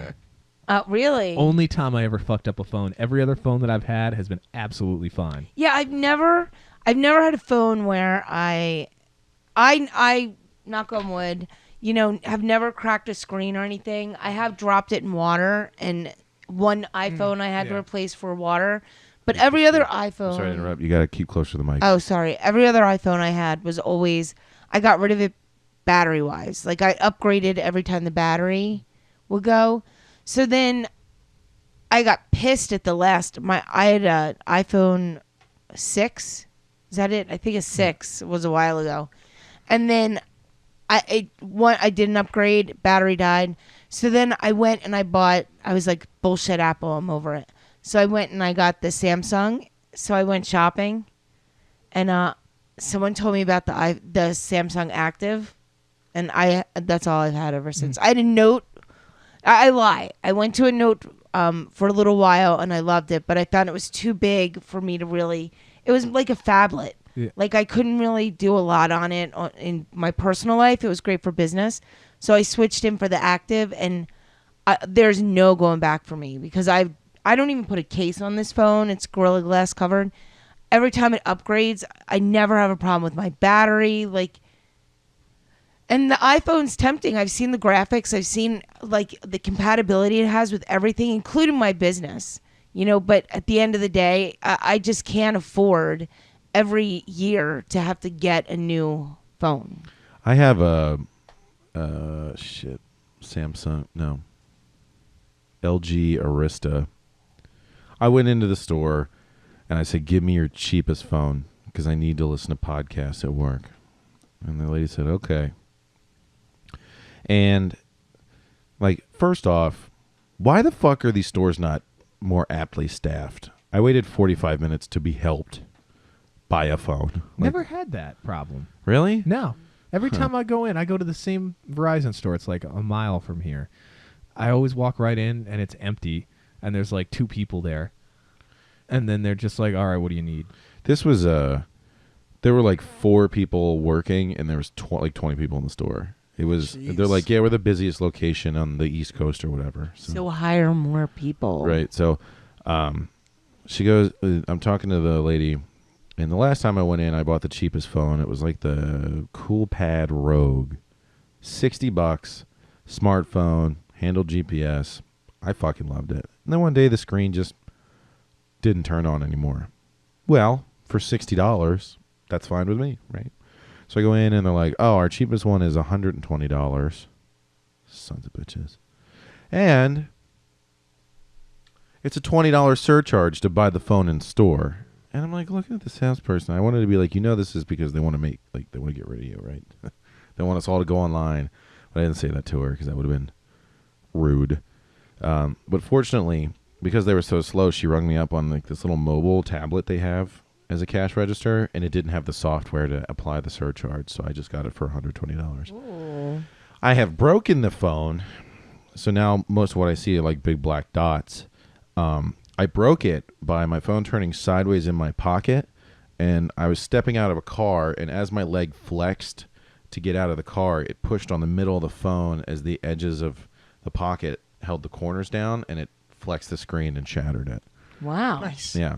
But I paid $120 for that phone, so like every single moment it continues to serve me is practically money. I know. You know what I mean? It's like free money. It's amazing to me, like, how cheap those phones were in the beginning. Like, honestly, I loved my Razor.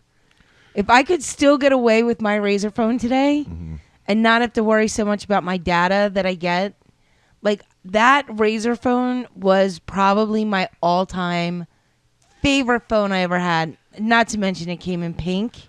I do remember that phone was like the know. coolest shit I'd ever seen. Are you familiar, Chris, with the Razor? I still have my Razor.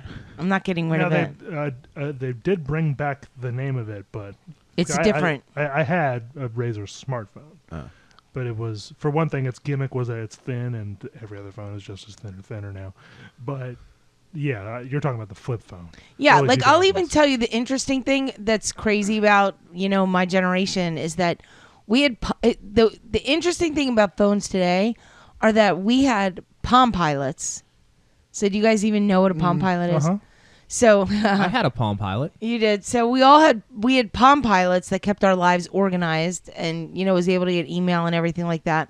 And then we had a cell phone when they finally came out. Well, we had beepers and then cell phones.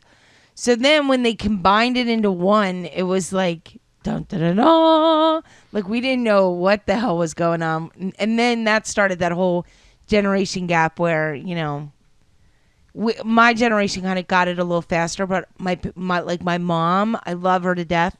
Worst gift I ever bought her was an iPad because I should have. If you get your parents an iPad and you're in my generation, which is in your 40s, do me a favor, go to your doctor, tell him what you're doing, and I'm sure he will give you a prescription for Xanax because you will need it every time the phone rings. Just say, I'll call you right back, take a Xanax, and call back 20 minutes later. That's how it's got to go down. See, the thing that would make me switch to Apple is if the iPad mini was just a normal phone. Because as a huge man, that is actually the perfect size for my hand. It fits in my gigantic pockets on my giant pants. But it doesn't have that normal cell phone capability that I so crave. Give me the customer the product that I demand. But I keep thinking about getting a tablet, like an iPad or something, but I just cannot explain the expense to myself. Like it would be, I was like, oh, I can read books on here, but Dude, I'll don't tell you read one thing books. I love about. I bought a tablet, right? I bought a Samsung. I think it's the Galaxy Tab A, right? And I love it. First of all, for traveling, going through an airport. It's a lot easier than taking a laptop. Second, the screen quality on it is pretty awesome compared to a lot of computers out there, a lot of laptops, especially outside of that. Third, it was only $200, right? Which is a hell of a lot cheaper. Well, I got my laptop for $300 and something, but even still, $200 for the tablet was, I thought, a pretty nice deal. And it's got a great, like I said, it has a great screen. It's big enough where I can sit there and hold it. I don't have a stand for it yet, but they're like $20, so it'll just sit there in front of you. What I love for it is just like to sit on the couch, and it's easier to read than a cell phone, right? So it's because it's a bigger screen, and it saves your battery life on your phone. If you're sitting there surfing the web on your tablet instead of on your phone, you're not draining the battery of your phone. And the lithium batteries on the phones, they're better than they were, say, 5 years ago, or even especially 10 years ago. But they still have, I don't know, maybe 400 probably more than that, maybe 500 charges total in them before they really start to wear down. So the iPhone 7 Plus, I get 2 days of battery life out of, easy, right? So I have not charged my phone since I woke up yesterday morning. I wish. Yeah. Yesterday was Saturday, right? So I woke up at about 8 o'clock in the morning yesterday, and I've not charged it since 8 o'clock yesterday morning. I'm at 15%, but I haven't charged it since yesterday morning. Yeah. That's 36 hours of battery life I have, and I still have some time left on it. Yeah, we talked about this earlier. I'm almost never not charging. Like I don't even plug except when I come home, and I don't charge my phone overnight because every morning I put my work in so that Google Maps can check the traffic. Because I have a 45-mile commute, so traffic can really get fucked. So I put it in, and I just charge it. I have a 2-amp phone charger in my car, so it supercharges. And then at work, I just have it sitting there. At work, I charge overnight my Bluetooth headphones, and then during the day, my phone. So battery life almost isn't a thing for me anymore. If I was a cool college kid bar hopping again, trying to get some ladies' digits, then maybe it would matter. But I I'm did not. switch my mom over though from the iPad to the Samsung tablet, just because she had the original iPad, and it was dying, and she just needed to upgrade it. And so I didn't want to spend the, $1,000 with the warranty and everything else that came with it. So I got her the Samsung, because she has a Samsung phone. So the nice thing is that everything she had in her phone, I could transfer over to the tablet, and it just worked. But a lot less Xanax. Yeah. I think the moral of the story is that we need more prescriptions for drugs. I mean, come on, it makes everything better, right? And hand grenades. Yeah. All right. Oh yeah. So Yeah, and hand we grenades. got to take a quick break. We'll all make sure that we have our hand grenades and that the pins are well lubricated. So, in case we need to dole out some mercy. So we'll be right back.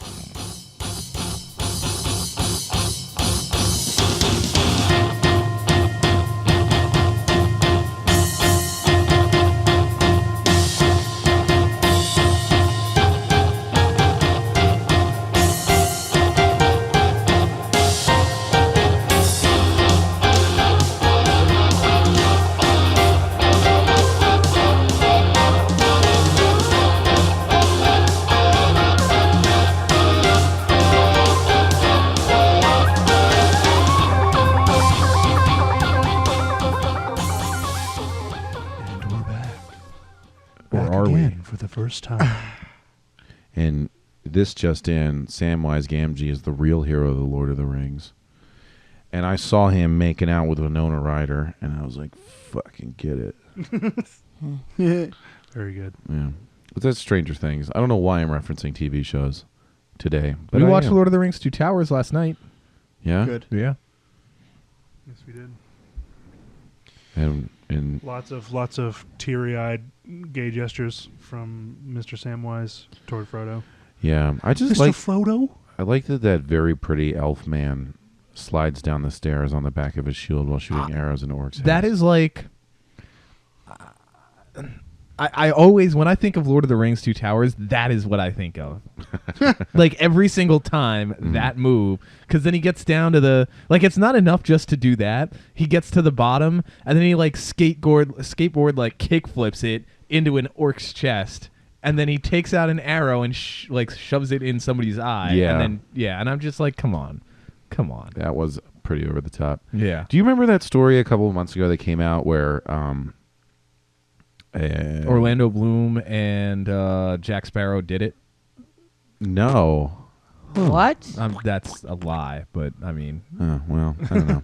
Fake news. No, It is fake Orlando news. Bloom hooked up with like a waitress or something, and she got fired because they found her in his room in the morning. You're not allowed to fraternize with the clients.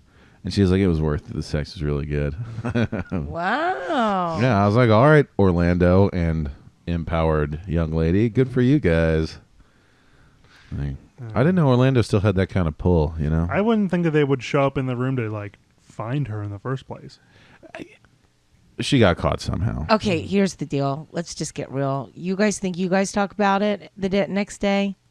You got nothing on the girls. We talk details, and then when you think there aren't any more details, we don't keep shit private. Yeah, I don't know. Maybe we're not the best target audience yeah. because we were just discussing the probable level of our autism downstairs, but I've never like reviewed it with my bros the next day. I usually kind of, it's like always like kind of on the DL. You know what I Really? mean? Yeah. Oh yeah. I like No locker room talk? None of that? no. Never. I mean, I never did either, really. It happens, but like it's less detailed. I mean, I'll be honest. I think as you get older, you don't talk about it so much. But I mean, girls can't hide that shit-eating grin that they something just happened the night before. Yeah, I don't know. Like the only real conversation we ever had, like I had with my boys, was when one guy got I was in college and he had oral sex performed upon him, and the girl. Now you're being prudish, Bill, on this show. Yeah, so he got a blowj, and There we go. the girl decided to finger his asshole, and he was like, Nice. What? Yeah, and he's like, Good for yeah. him. So Good for him. we're like, yo, did you hook up? And he's like, yeah. I mean, she blew me, and we're like, all right. He's like, there's something else, and like he took a big pause, and he looked around the room to gauge like And we're like, Is it worth it for me to tell this story we're like, right now? He goes, yeah, she totally fingered my asshole while she was blowing me. And we're like, was it good? And he took a pause. He goes, it was the best shit ever. And we're all like, oh, man, we've never tried it. So, I mean, I applaud his bravery because it really could have gone either way. Yeah. In such a mixed crowd. But beyond that, it's usually like... I don't think my girls and I have ever been that descriptive, but... Yeah, I think most of the conversations, you know, even the ones that I have now, I guess I'm older now in my later 20s, but like, I'm like, are these people hooking up? And they're like, I don't know. And then 6 months later, they're dating. And like, Yeah. I don't, you know, it's not like in the movies, like we're villains in an 80s high school drama, you know. I mean, I think the interesting thing with that is that, you know, the only time that myself or my girlfriends when I was younger, we didn't talk about it was, you know, when we had friends with benefits, because that shit's on the down low, because, you know, you don't want people throwing in their thoughts of Yeah, you don't want the anything, boat getting rocked. and you don't want to mess it up. Mm. So like that friends with benefits code between two besties, that I'll take that stuff to my grave. Like you don't mess that up because you're friends. So 10 years down the road, if you're both still single, or you find yourself in between relationships at the same time, Hey. so don't rock that boat. Yeah, I just, it's funny because like I've seen, I guess people are starting to discuss, or they've been discussing whatever unrealistic expectations set for a lot of young ladies by Hollywood about how they should look. And the thing that's always messed with my head is the social successes that have been portrayed in movies. Like there's like these guys who are in like really good shape and everybody likes them, and they like women come to them so easy, and like they're just living life, and they're, you know, my age. And I'm like, you know, especially when I was in college, I was like, I don't have any money. I'm not this social butterfly like you. Like that made me feel bad about myself. That was the Hollywood portrayal that made me feel like a piece of fucking shit. Yeah, but you have that, but then look at it from the other hand, like, you know, women have that with body image and things like that. So, you know, the few breakout actresses that really came out and were accepted for the way they were never really in romantic comedies or anything. They were always in like a comedy or something different. But, you know, most of the Hollywood actresses that have been in a lot of these movies, you know, from Top Gun, you can go all the way back to Top Gun, you can go all the way up to modern day movies, you know, they're all have the same general physical build. So she ended up being a lesbian, by the way, the actress in Top Gun. Oh yeah, Kelly McGillis. yeah. McGillis, yeah. Yeah. McGillicuddy. But yeah, I mean, I Assy get it. McGee. I get it, but you know, that's kind of what happens. Like, unfortunately, Hollywood, you know, movies are great for a reason, but it does kind of set your expectations a little. Yeah, I was, you know, I never understood that because I never understood why, like, you should take movies so seriously. Same here. Well, I don't think it's about taking it seriously. I think it's the premise of what's going on. Like, you know, people like to be heroes. People like to be, you know, a winner. And like, you know what I thought was the most realistic movie? Not really the most realistic movie, but a pretty realistic movie was Superbad. I knew you were going to say I knew you were gonna say that too. I fucking knew it. oh, can I tell you? That's so funny you say that. That is my all-time favorite movie on the planet. It's a great movie. Oh, love that movie. it's pretty good. It's pretty great, Bill. Mr. Contrarian over It's here. pretty good. I thought it was funny when I watched Pineapple Express. The first time I watched it, I was like, this is the dumbest shit I've ever fucking watched in my life. James What a Franco's waste. fucking But great then- in that movie. Then, sorry, Mom, for what I'm about to say, but I smoked a J and I watched it, and all of a sudden Well, I there was it like, is. oh my there God. it fucking is. This is the most brilliant movie I've ever seen in my entire That's life. how it always fucking is. No, just get highbrow and then watch it, and you'll like. Ugh. But I gotta tell you, even when Bill I was is unimpressed. even when I I mean, didn't there's smoke truth weed to it. after that, and I watched it again, it made more sense because I finally got the whole thing. I mean, the it's a Paranoia movie Express. about weed, so you kind of have to. Yeah, that's a smoke different- Weed. I know. Well, listen, I wasn't the smartest tool in the shed at the moment. All I'm okay? saying- It's like Trailer Park Boys. You have to be on the liquor or smoke a 6-paper joint before you watch it. Like, Oh my god. I don't have to be on the liquor, but I do understand them a lot better when I'm on the liquor watching that show. I got forced into like this Clerks movie marathon. I see and no I gotta issue tell here. you, You're forced into Clerks. Okay. I did. Because that same person I dated that was in the army was a big movie buff, and when I admitted that I worked in a movie store, and that's how we met. And he's like, "Oh, can you tell me about this movie?" And I'm like, "No." And he held up another movie. He's like, "Can you tell me about this movie?" And I'm like, "No." And he's like, "You work in a fucking movie store Sure. and you don't know anything about these movies?" And I'm like, "No." So he's like, "Well, that's going to change. So I'm inviting myself to your house and we're going to just start going through it." And I'm like, "Who the fuck are you?" And literally that night he calls me on the phone. He's like, "I'm coming over with Clerks 1 and Clerks 2. So if you can stop and get like some beer, I'll stop and get some food and we're just going to start watching these movies." And that's how I got through like Mallrats, like all that stuff.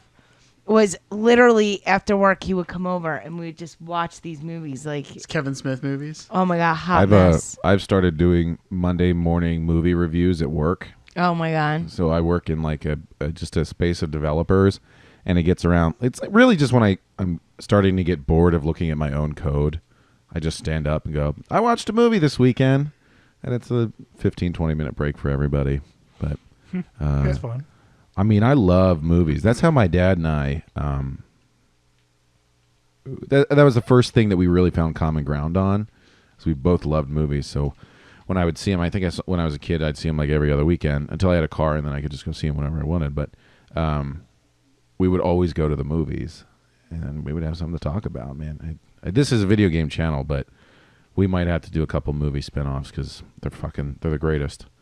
But what I was getting down to is like, the whole thing, the social expectation thing that I was getting from these movies, watching these people interact, it was like so consistent in all these movies that everybody had great social lives, and it was never addressed. So it really seemed normalized to me. And I was like, there must be something wrong with me if I'm not living my life the way that these people are. Oh. And the thing is, it took me a long time because, it's been talked about that the physical standards are like people in movies they look crazy good. Like, you know what I mean? It's like unachievable, especially now that they're using like CGI on people's bodies. Oh, yeah. Anyway, but it took me a long time to realize that their expectations of social interaction were just as unrealistic. Well, I'll tell you, there's one movie, and I'll leave it at this, but there's this one movie with Katie Holmes where she's like making Thanksgiving dinner for her dysfunctional family.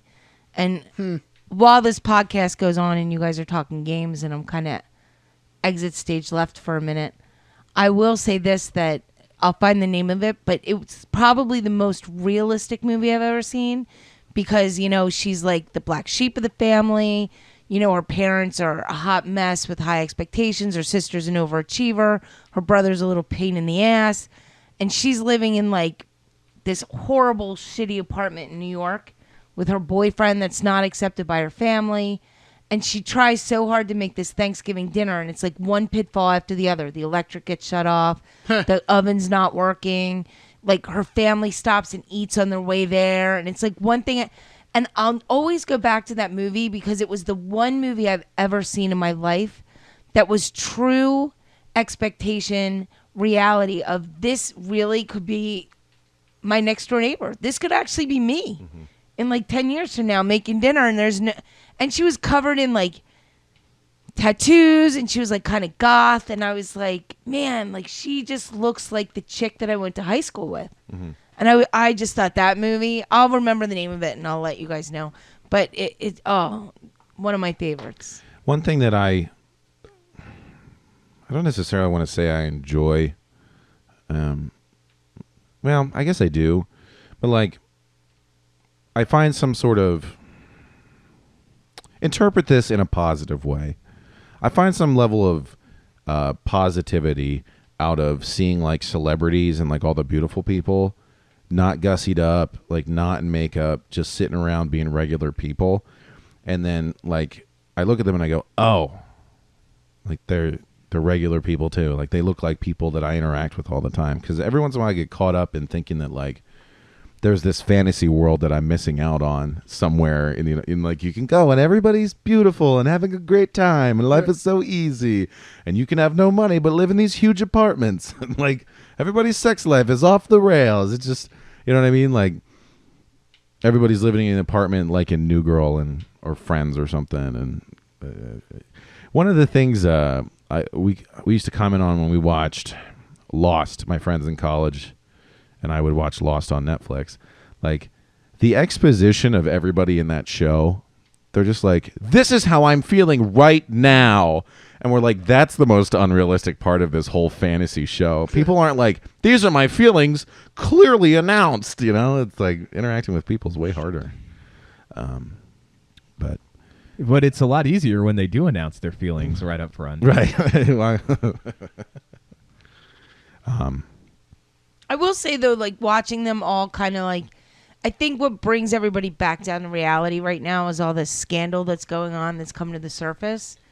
To some degree, it's like people, you kind of, even outside the movies, you look at them and you think they live these like unscathed lives to some degree, and they live in these glass houses on a hill, and you know, they live in gated communities and they have all this money and life, you know, there's no woe is me at the end of it. But then now that the scandal's coming to the surface, it's like, oh shit, like they are just like we are. What, can somebody explain to me how this scandal has suddenly become a scandal? Like the shadiness of Hollywood has been a running joke, even in the industry, for decades. What makes all of a sudden this moment much more remarkable, where people are like, "Oh, shit's going down"? Maybe the bread. I mean, like with Weinstein specifically, having so much testimony about him come forward all at once. Maybe that's it, and then that's kind of empowering everyone else who maybe wasn't as overtly disgusting coming forward and kind. Oh, okay. Maybe. I'm shooting from the hip. But Well, I think it took like one person to just kind of open the floodgate and Well, be I mean, strong there's- enough to be like, this is what happened to me. Well, sure, but we've had that one person multiple times. Like, Yeah, who's the Yeah, who but is- like he's- Cosby. But with Cosby it was a little different because you know, Cosby was there. There's this whole backstory of drugs being involved, and you know, with Weinstein, it was very blatant in your face. Like he would invite you to the hotel, and people, women got and men had to deal with it too. Got denied jobs, like blatantly got told they were not getting a job because they wouldn't have sex with him, or they wouldn't let him do a massage for them, or you know, they wouldn't have dinner with them. So I think that it just came to the era where right now, years ago, listen, I worked in a job where, you know, my one boss hit on me all the time in my 20s. And I said, no. And then finally a year later, he's like, well, are you a lesbian? Like, why? What's the problem? But I never said anything because, listen, that's my boss. And I love my job and I loved what I was doing. And it was a great job, but I had to deal with an asshole. So now in today's society, if someone said that to me, I'd be like, go fuck yourself. I'll go find myself another job. So I think this one actress was kind of like in his face, you know what, go fuck yourself. I know your backstory, and now you're going down. So who are the people who are currently outraged? Like, did they somehow not know that this was occurring? Like, we all knew. Well, right? I don't think they knew it on the scope of what was going on. I think small pockets of people had ideas that it was going on, but I don't think anyone really divulged the full details of what was going on. So it was like, yeah, Harvey Weinstein made a pass at me, or Harvey Weinstein tried to sleep with me, but they never got deeper past, well, what did he do for you to feel that way? Like everybody kind of brushed it off. What did he do? I haven't really kept there up were on times it. where like he would show up at doors with, you know, he would tell agents that he wanted to have an audition with an actress at like 10 o'clock at his apartment, at his hotel. and he'd have candles lit in the room. He'd be in a bathrobe, and they'd walk in the door, and he'd basically like, hug them in a bathrobe with a full erection, and not let them go. And then he was very, very rapey. yeah. it was like borderline. But like it was not like rape. pre-rape. It was like he didn't Is cross the line of rape. But Is this the point where we have to point out that it's all alleged? Are we No, it is alleged. Are we on he anybody's hasn't been legal radar? He's under investigation in the UK I don't and know. here. We're big time. We Right, we're have huge. over But it is 100 listens. It's the truth. It's alleged. He's not been convicted in a court of law, but I think there's enough testimony to believe that something went on. Oh, and by the way, the movie was called Pieces of April. Okay. Sorry. So that boy, all this talk about sexual harassment just reminds me of the good times of Christmas and getting video games as gifts. Sorry. That was my That was Is the there best something you want segue to tell yet. us about Santa? No. Show me on the dildo where he touched you. Oh no! Oh no! God. Oh no! Oh my God. They discovered Santa Claus dead the other day, right? He was in Greece or something. He's in a church somewhere. They found old Saint Nick, is what I'm saying.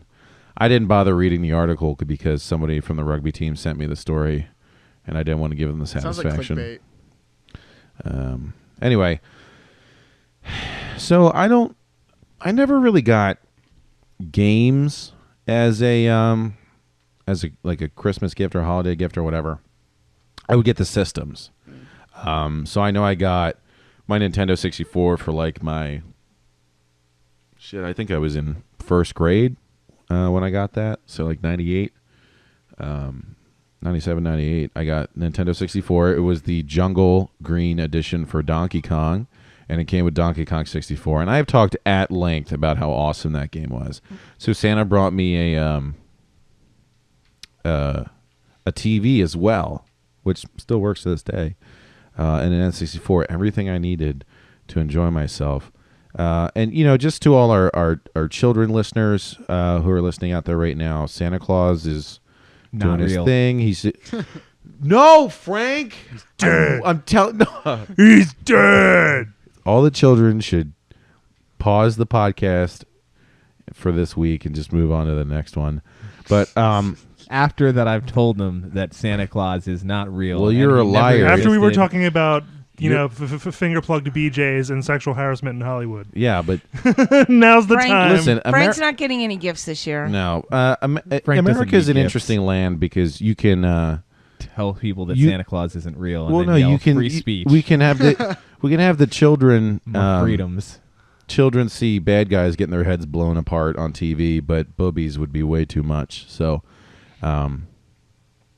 yeah, we're telling the kids to get off the old podcast right now. I just remember when I got my N64 and my TV, which You're like does that that make kid. me sound like super bourgeois because I got that awesome gift that one? I don't know.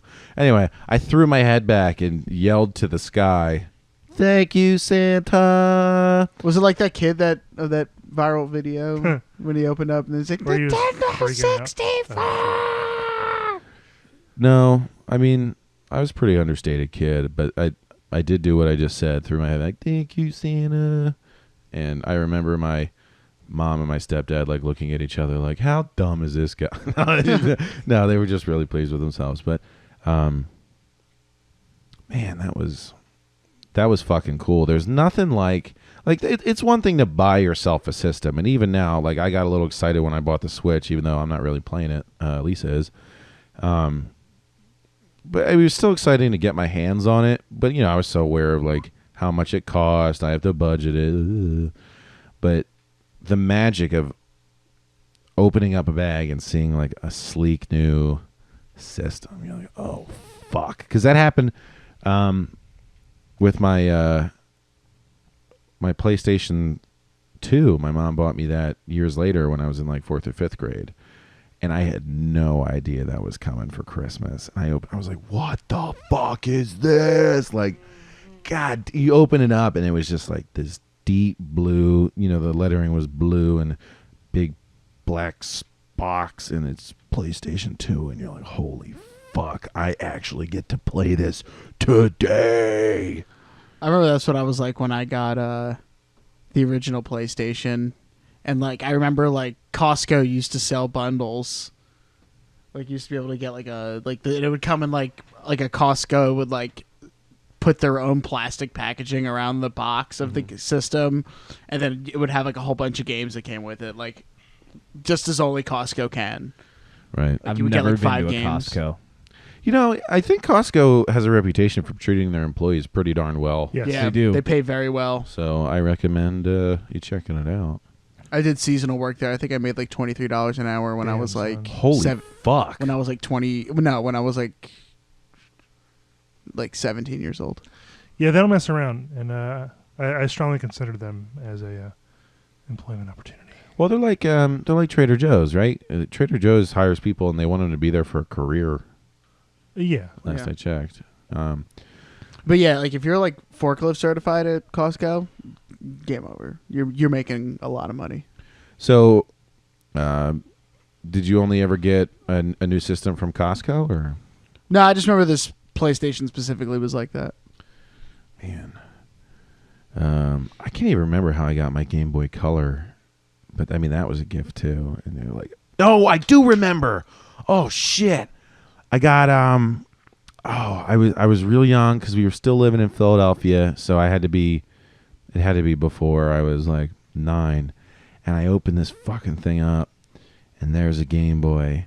I think I was at like a restaurant because I think both my parents were there, and we had met somewhere to give me the gifts. Maybe one bought the Game Boy and one bought the game. I can't remember.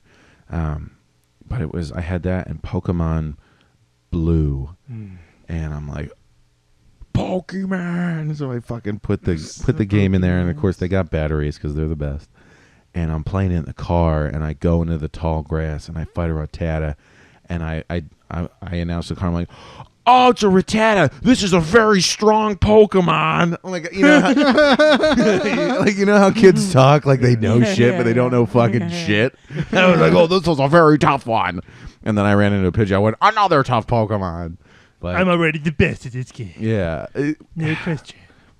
probably my favorite memory I've ever had of video gaming was when I used to live in this little row home in Northeast Philadelphia, and it was in the 90s, the early 90s, mid 90s, and there wasn't like internet, so I just like there's so much stimulation going on at home for me now. Like I've got YouTube running, and I'm working remotely, and I'm listening to music. Like it's just so much shit. But on the front of our house, we used to have this window, and right outside of it was a highway. But we had a little yard with a dogwood tree, and I would crack the window halfway open, and I would sit on this white love seat that today, like, you'd be like, ew, that is gauche. But in the 90s, this white love seat was very fashionable. Anyway, I'd sit on it, and I was little enough that I could fit all on it and leave the window open, and the rain would come down, and it would just be like you could smell the rain, and the cold air would wash over me as I'm sitting there playing my Nintendo. And it is the most positive memory I've ever had of gaming. Like, it's when I think of like a happy place, that's where I am, that's pretty cool. That was a pretty cool memory. I was just there with you. Yeah, I haven't thought about that in a long time. So, That was Have you awesome. thought about turning that into like a erotica type novel? yeah, I had not, but if there's money to be made, why not? Why not betray the innocence of that youthful memory? What about you guys? You must have gotten some cool games as a surprise or something. Love them to death. My parents don't know anything about video games. So what I got is what I asked for, and nothing really Yep. more. Mm. Now, I did know video games, of course. even Did you late. do Christmas? Oh, yeah. Oh, okay. It's been established more than once. No, I'm half Jewish, but no one cares, and Christmas is more fun. So, no, I mean, we did do some of the Jewish stuff as well, just never as consistently as we did. We did Christmas every year because You for can all, light my menorah for all the anytime you want, Jacob. I will. But there, sure. But all the secular, like colloquial reasons to celebrate Christmas. One night, get everyone you care about some stuff, spend some time, eat some food, just enjoy each other, right? Yeah. And So- light each other's menorahs. Listen, that's after the unwrapping, when we then rewrap the adult presents. Know what I'm saying? If needed, No, I'm saying. or at least lube them up. You are making something so innocent and nice ugly. It's what I'm Have you ugly. been on- Shame on or you. fun. Bill, have you Shame. been on the internet? Every innocent thing has been No, corrupted. I have managed to stay off the internet. Rule 34. But I just don't have a particular memory. Like, I also received an N64 around the same time. Speaking of Rule 34, which, if you're unfamiliar, there are rules of the internet. Google Rule it. 30 No. Continue. Well, I'm going to tell Christine. Rule 34 is Okay. if there is If it exists, there is porn of it. there's porn of it. If there's not porn of it, it doesn't exist. So everything that exists, there is a porn version of it. Yep. What? Yeah. So there's a subreddit devoted to it. It's just like all video game characters. Listen, we need to be perverted to make sure that our loving memories are real. Yeah. There needs to be a porn version. So I've been watching Or none of it Pokemon, the Indigo League, like the original Pokemon series. Two things struck me. What's her name? Jessie from Team Rocket. Mm-hmm. Total fox. How did I not notice this as a kid? I know the answer. This was before, I like dick. Yeah. What? That's why I didn't notice. He slipped that one in there Yeah. with no lube either. Jesus. It's for the week. No the pillow, I'm permission. coming in dry. The other thing I noticed is that there's one episode where Ash is like some mom. He meets some mom who's looking for a kid. Turns out the kid's missing because Drowsy has sleep waves going into his head, and he thinks he's a Pokemon. He's hiding in the park. But he's like, oh, that makes me think of my mom. And the memory that Ash goes back to is like his mom at a beach with like a vest on and no pants. She's in like a bikini bottom. And also, total fox. I'm like, Ash, of all the memories that you could show us, you're remembering your mother in underwear? Yeah, But- that's bad. Yeah, well, I mean, I think with we the... could have a whole segment devoted to creepy shit Ash thinks or does. Yeah, I think really, though, they're just tipping their hand into why Professor Oak sent Ash away. Like, Yo, we got to get this kid out of the house. yeah. Yo, Miss Ketchum. And I'm going to take you to Bone Town. Jesus Christ.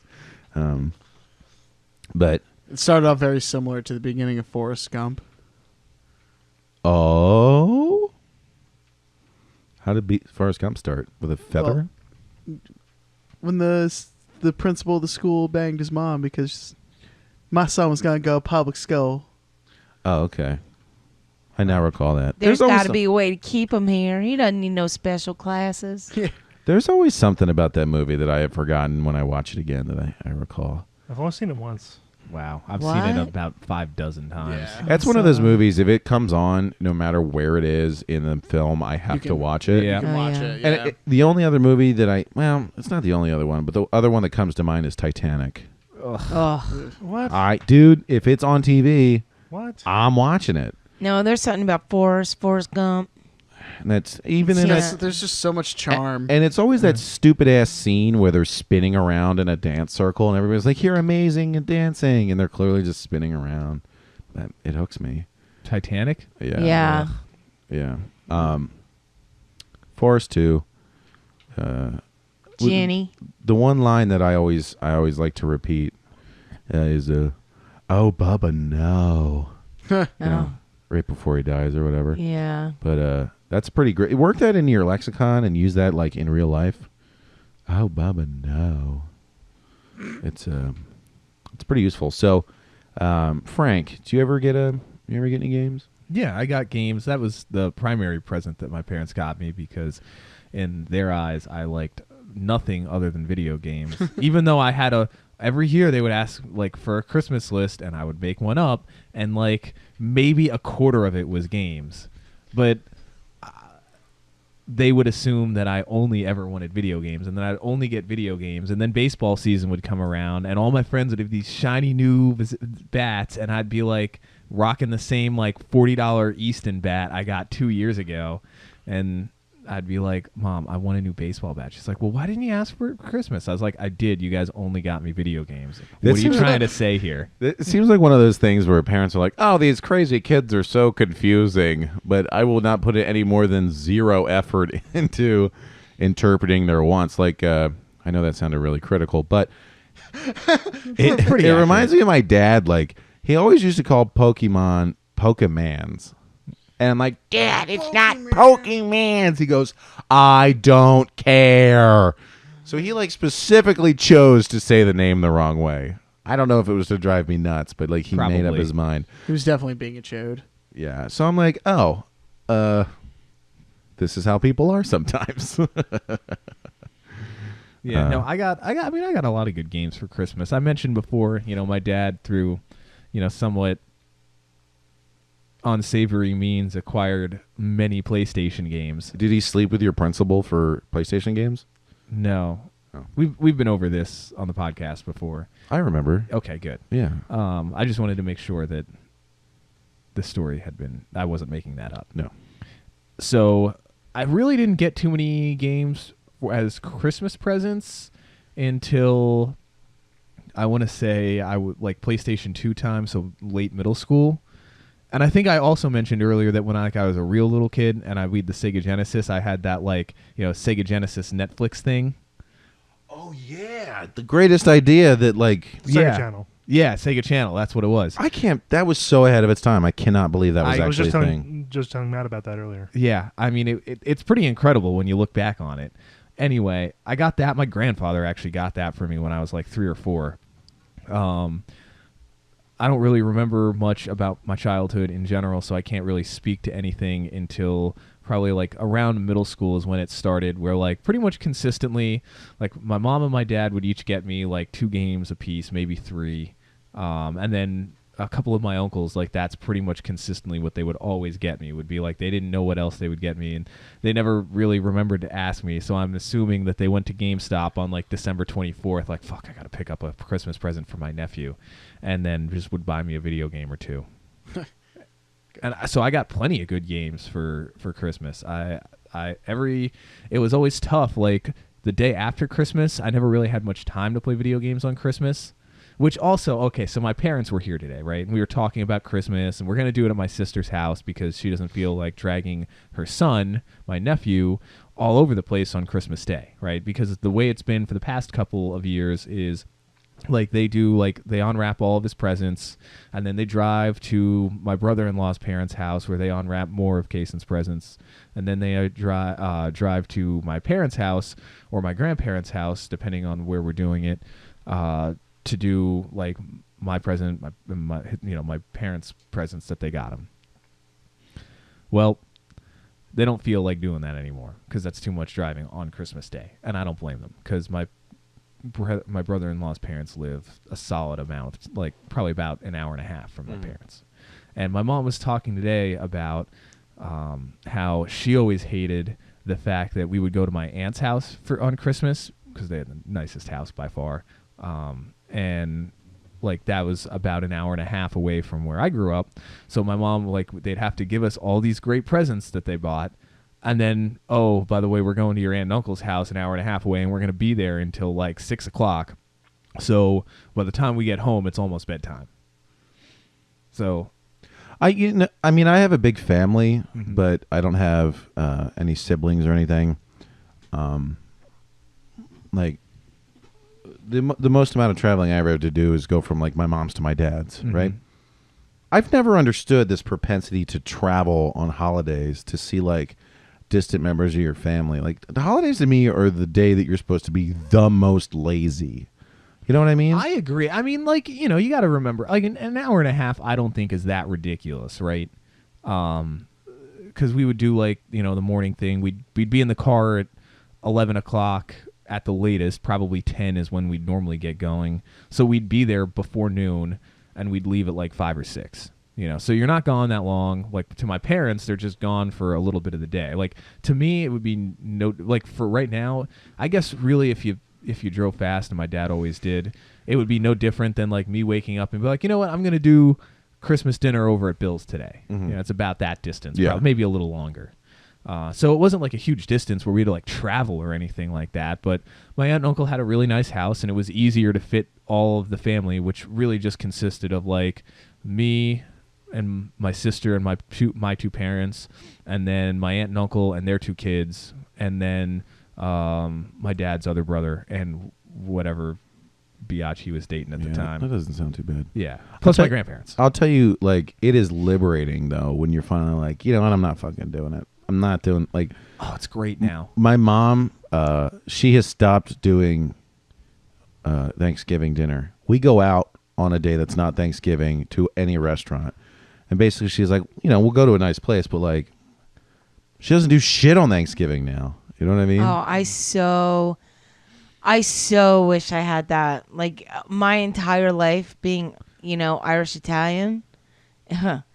Like I kind of made a pact with my mother when I was younger that I will never, ever be away from home Christmas Eve ever. So every Christmas Eve I've been home to wake up Christmas morning because I'm an only child. My father's not in the picture. So every morning we would wake up and be at my house, kind of very similar to yours. But then we would get up, I'd open my gifts, and then we'd get in the car and go to my grandparents' house.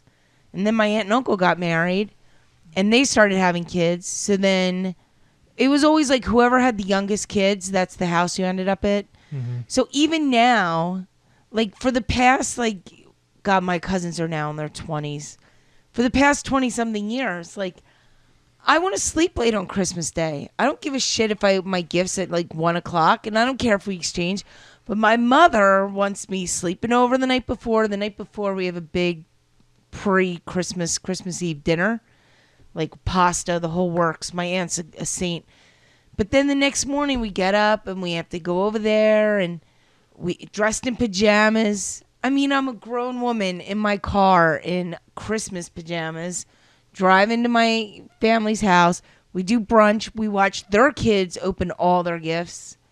And then we get back in the car, go home. It's like an all-day function. I mean, I love it, don't get me wrong, but it's like so much it's so much stress for me because I just want it to be easy. But then I got to go home, switch gifts with my mom, take a shower, put on nice clothes, and then go back over there for dinner. The only holiday I have completely to myself is New Year's. Thanksgiving, I spent one Thanksgiving in my entire life away from my family. You would have thought, I got more like, where are you? Why aren't you coming? What did we do? Kind of things. But that, like, I get that tradition thing, and going, like, that driving around is just, and when you have a kid, that sucks. You open like 30 gifts, 20 gifts, 10 gifts. Next thing you know, it's like, oh, by the way, Johnny, thanks for opening all those gifts, but you got to put them back under the tree because we're going to schlep across town where you can't play with any of their toys because they're not yours. I have also started to forego wrapping gifts. No. I can't, so I just don't. Yeah, well, I'm actually pretty good at it. But like, I gave my dad years ago, I gave him a television because he'd moved into a new house, and there's an estate auction that happens down the road from him all the time, and he bought like an old CRT, like a 24-inch CRT for $10, and I was like, this dude. Remember, we used to bond over movies. I'm like, he fucking needs a TV. So I went out. I was in college, and I saved all my pennies from being a rent-a-cop or whatever. And the way that I unveiled the gift to him is I hooked the TV up, and then I stood there holding a blanket in front of it. And I said, okay, walk into the room. And then I put the blanket down. That was the big reveal. Oh, there you go. That's Yeah. still nice. That's It's like ready to wrapping. go, too. Yeah. Like, You can that's pop cool. a movie right in. Yeah. Say, let's fire it up. You know what was the most satisfying part about that is that night I don't know about all this traveling because I always feel a little dirty when I do it, but I've started like drinking on Christmas. Like I end up drunk on Jesus' birthday, and I feel like You're celebrating. Hip hip a hooray. bad fella. But that night we were sitting there drinking, and we're watching Saving Private Ryan, and my dad kept going, it's like we're watching a play. It's so real. It was like the first time he really had HD in front of him, and he got so caught up in the movie, it brought a tear to his eye. I was like, this might be the best reaction I've ever gotten out of a gift. Oh, that's you know? awesome. But now we, because my stepbrother and I, we're both, I think we're within 9 months of each other. So we're both at a stage in our life where we don't have a lot of money. We've started doing do-it-yourself Christmases. So Oh, that's a bad idea. I made my stepmom a bench, for her flower pots, and I don't know, I did something. And she probably loves that bench. Yeah, and I did something for my dad. I don't know. Oh, I built a thing for his trailer. So no video games recently, but my mother has never once ever bought me a game. Ever. A game, a system, a nothing. But your grandparents did. My grandfather did, because my grandfather was like I said, he was all about like the latest and greatest. And because there was like a big gap between my uncles and I. Mm-hmm. So when Atari came out, my uncles were older and they weren't so into it. For me, like when I was somebody who could sit down and show, and listen, at the time, my grandfather didn't go to college or anything like that. He was a really wicked smart man, don't get me wrong. But my uncles went to college, and I think it was like a little intimidating for him to some degree. So when he could play games and explain something to me without me trying to explain something to him was like a bonding thing between the two of us. So I think that's why he invested in me with like video games and electronics and stuff, because he could do that. Where I think if it was my uncles would be like, no. If you try doing it this way, and I think it would have taken something away from his pride and, his excitement and love for it. So I was very blessed that way. That is probably the pinnacle of the best part of video gaming, when it can, bring people together like that. Chris, were you done, Frank, talking about your... What was your favorite game that you got at Christmas? Got at Christmas. Or on Christmas. Yeah, got for Christmas. Trying to think back. Honestly, it probably wasn't until college. My parents got me, I guess, I don't even know if this was like my favorite game that I got, but it's probably the one that I can specifically remember playing the most. And it wasn't even my parents, now that I don't remember if it was my parents or not. I think it was the original Black Ops. Oh. And it's not even like, as far as games, like all-time games go, I don't even know if I'd put that in like the top 20. But it's just, and Jake can attest, the amount of time that we spent playing zombies in college. Yeah. Like we all got independently significant returns on that gift investment. Mm-hmm. And I know for sure I got that as a Christmas present. I don't remember if it was my uncle or my parents that got it for me, but I got that as a Christmas present. And I don't know if there's another game that I got as a present that I played more than that. Final Fantasy VII maybe, but the copy that I got was illegally copied. So it was like not really that much of a gift. It came in a grocery bag full of other games. That's really funny. On like a disc that was like handwritten like Final Fantasy VII. Wow. So I don't know if that really counts. I got a bunch of stuff like for the PlayStation 2. I got Guitar Hero, I remember one Christmas. That was pretty sweet. But yeah, I think like when it comes down to it, like the original Black Ops, like just for the sheer amount of time we spent playing zombies, and the one summer that I had it, I did play a lot of the multiplayer with this one kid that I worked at. I worked at a pool in high school and college, the first 2 years of college, and the one guy that I worked with at the pool, he played a lot of Black Ops, and just like we worked a lot of times in the mornings, so it'd be like we'd be working like 8 to 12, get the pool ready, and then go home, and then just sit around and get baked and play Black Ops the rest of the day. That's a good day. Yeah. They retired Frank's number, his lifeguard number at the pool. I wasn't a lifeguard. Because, a kid drowned one day, and instead of cracking his ribs through CPR, put a put a grenade in his what mouth is and pulled wrong the with pin. you? Yeah, Northwest. they said, "Wow, So what a politically merciful, correct, what a incorrect merciful tonight. maneuver." So politically incorrect. Oh my God, Ajita. I fucking let myself down. I couldn't even get through the whole thing. Oh my I wasn't God. even Yeah. a lifeguard. Yeah, so. they called him the Angel of Mercy. Oh dear God. Yeah. The only other thing I was thinking about was like, I think it was like 3 years ago. I went to my ex's family's Thanksgiving. Bill's cracking himself up over that. He can't get over it. So bad. I thought about it for like 3 minutes before I said it too. Like, That's what you got after 3 minutes of coming up with a joke? it would have been so good if I hadn't cracked up in the middle of it. It wouldn't have. Did they get worse as you think about them? Like if we gave you 10 minutes to come up with a joke, would you give us the chicken crosses the road? No, I actually made up a joke one time. I think I told it to you about the Italian guy. Oh yeah, You ever heard about? it was on the air. Yeah, you ever heard about the Italian guy who lost his hands in the industrial accident? Doctors say he'll never talk again. Oh no, that's typical. That's a good. family story. Yeah. I hear that all the time.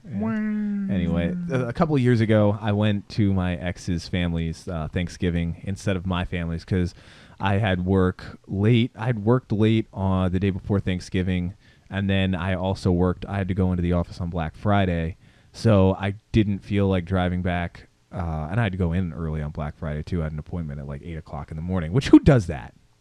An asshole. Yeah. Anyway, so I was like, all right, Mom, like, sorry, this year I'm going to Jess's family's for Thanksgiving. Like, they only live like a half an hour away. You know, I'm not driving all the way back to you guys to turn around and get home. And that was like the first time where like I didn't actually like go home for an extended period of time for Thanksgiving or Christmas. So ever since then, like especially on Thanksgiving, like I used to, like I said, make sure that I had off on Black Friday so that I could go home on Wednesday after work, and then I would be at my parents' house Wednesday, Thursday, Friday, probably Saturday even, and then drive back on Sunday. But I just cannot spend that much time back there anymore. It's like, it's just way too difficult. What the hell am I going to do? Yeah. And I just started going back only for the day, and it's great. Like 5 hours. Yeah, if you guys haven't tried it, I highly recommend it. Don't ever buy a card, a holiday card, a birthday card. Don't ever buy it again. Never again. I make every card that I give, and I don't give a ton because Oh, I could do that. I have like a girlfriend and like, so her birthday and Christmas and shit. But every card I make, I handwrite it, and maybe I draw a stupid picture on the front, and I give it to the person. I save myself $7, and they fucking love it because I like actually took the time to think about something to say to them. First of all, I would hate that. If somebody gave me a handwritten and hand-drawn card, I'd be like, what is this, kindergarten? Did you make this in arts and crafts time? Second of all, cards aren't $7. I buy them for 99 cents. And third of all, Why even bother? You are both doing it wrong. The correct answer is to buy the incorrect card for the occasion. yes, Which is what I do. Oh, I thought you were going to tell me When that. when it's my dad's birthday, it's a get well soon. Oh, that's brilliant. When it's my mom's, it's near Easter, she gets an Easter card. Where's the basket? Right, just some stupid and like a kid's one. Yeah. You know, my sister when she graduates college, it's gonna be congratulations on your first kid or your second. She doesn't have any kids. Oh my know God, what I mean? that's awesome. That's And what- then you know, a troll. Sometimes I get 2 cards, right? If it's like an actual, like when my dad turned 50 was the first time I did You this. gave him a grenade. I got him a grenade and offered to pull the pin. He declined. Oh my God. He wasn't in the mood for mercy that day. Oh my God. So, but I got him 2 cards, right? I got him 2. I only gave him the 1, right? Initially, it was a get well soon or something. You know, it was a condolences. I think it was a condolence. Like, I was so sorry for your loss, and then the other. He was like, what the fuck? And then I gave him the 51, but it was for a woman. I just 1-2 taps him with the wrong card. Oh. He lost his mind. So much fun. I hope my family's not listening to this, but you just inspired me to change up my entire card giving. Oh yeah. And that goes friends, family. It's the way to go. The next level, right, is this season.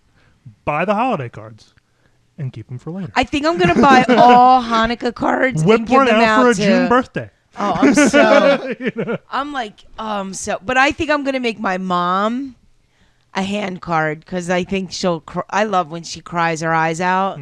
So I'm gonna take that hodgepodge right there, mix it in a little petri dish, and let it grow.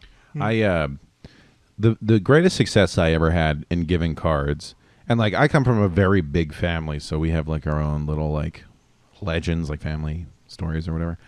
I had a graduation party and a shitload of my family showed up, and so I wrote thank you cards, which is a rite of passage in my family since we have 37 cousins and 12 aunts and uncles. You're just fucking writing cards. So all I did was every gift I got, I took the card that was attached to it, and they always write it from aunt such and such, uncle such and such, and from their kids and their dog or whatever. So I said, dear everybody that they signed the card with, thank you for your generosity. I came up with one sentence that related to them specifically. I really enjoyed that hat you wore to the party. I hope little Johnny's doing fine. Thank you again. Love, Billy.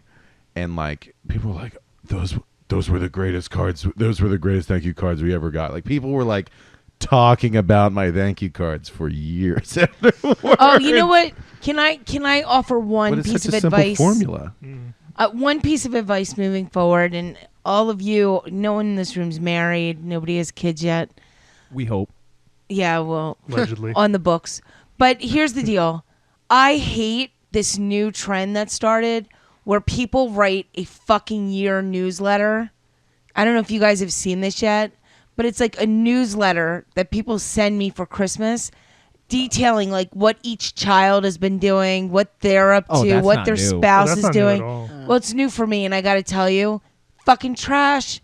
Couple things here. First of all, if I don't know what the fuck's going on in your life, there's a reason for that. Okay, number one. Great point. Number two, okay, it's fucking Christmas. I don't have time to sit there and read your fucking autobiography. Send me the book when it's done. We're good to go. Number three, I read Facebook. And let's be honest, every picture you're going to put on your newsletter is on Facebook. It's already on your Facebook. So do me a favor. Listen, I love my friends. I do. I love you. Save that shit for your parents that aren't on Facebook and people that don't access it. Take me off your mailing list. I'm not going to be offended. Just saying.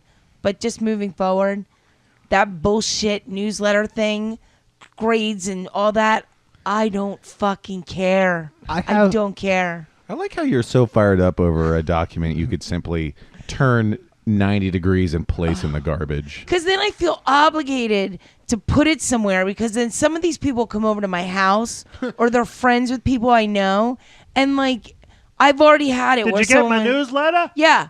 Or someone's yeah, I used it to wipe my ass. They'll see a card that I have. Yeah, I blew it up with a grenade. Yeah, I'll save really. one card because it'll be something sentimental, on my refrigerator, and somebody will be like, oh, well, you saved so-and-so's. Well, you know what? Well, fuck you. It was prettier than yours. I don't know what to tell you. Humans. Just everyone. I don't send Christmas cards. That's an awful just way putting it out there. That's an awful good way to sort out the people that you really don't need to talk to anymore. Right. What? just when if somebody sends you something like By that. the quality of their newsletter.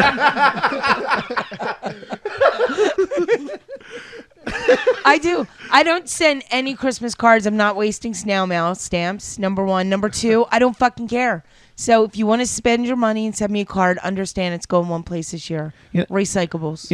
I think you have inspired me to, in fact, do what I have thought about doing and send Christmas cards. Oh. Because please. So no. when I sent my thank you cards, they didn't say thank you anywhere on them. It was just a picture of a big dog on the front. And then I wrote a note on the inside. And people were like, yeah, this suits Billy. This big dumb dog. So I might even get a cutout of a big dumb dog this year. Just right on the back. Happy holidays. one unique sentence that pertains to the people I'm writing to. Love, but Nope, not me. you are. The more I talk to you, the more I realize you're a big bully. Okay. I am not a big bully. You're no. changing Fox News at hotels and stuff. Oh, that's got to go. Yelling at Listen, Hilton. doing the Lord's work. I love my But it's my not just the TV in front of her face; it's every TV No, in the. because here's what happens. I'm sitting there, and all the TVs in the I travel a lot for work, so every time I go downstairs, all the TVs. There's 4 or 5 TVs in one lobby in the eating restaurant in the hallway. Please, so I just want to come downstairs and eat a little fruit, maybe make myself a waffle if I'm in the mood. Eat all that kibasi that they put out. I want to have a little field day, okay?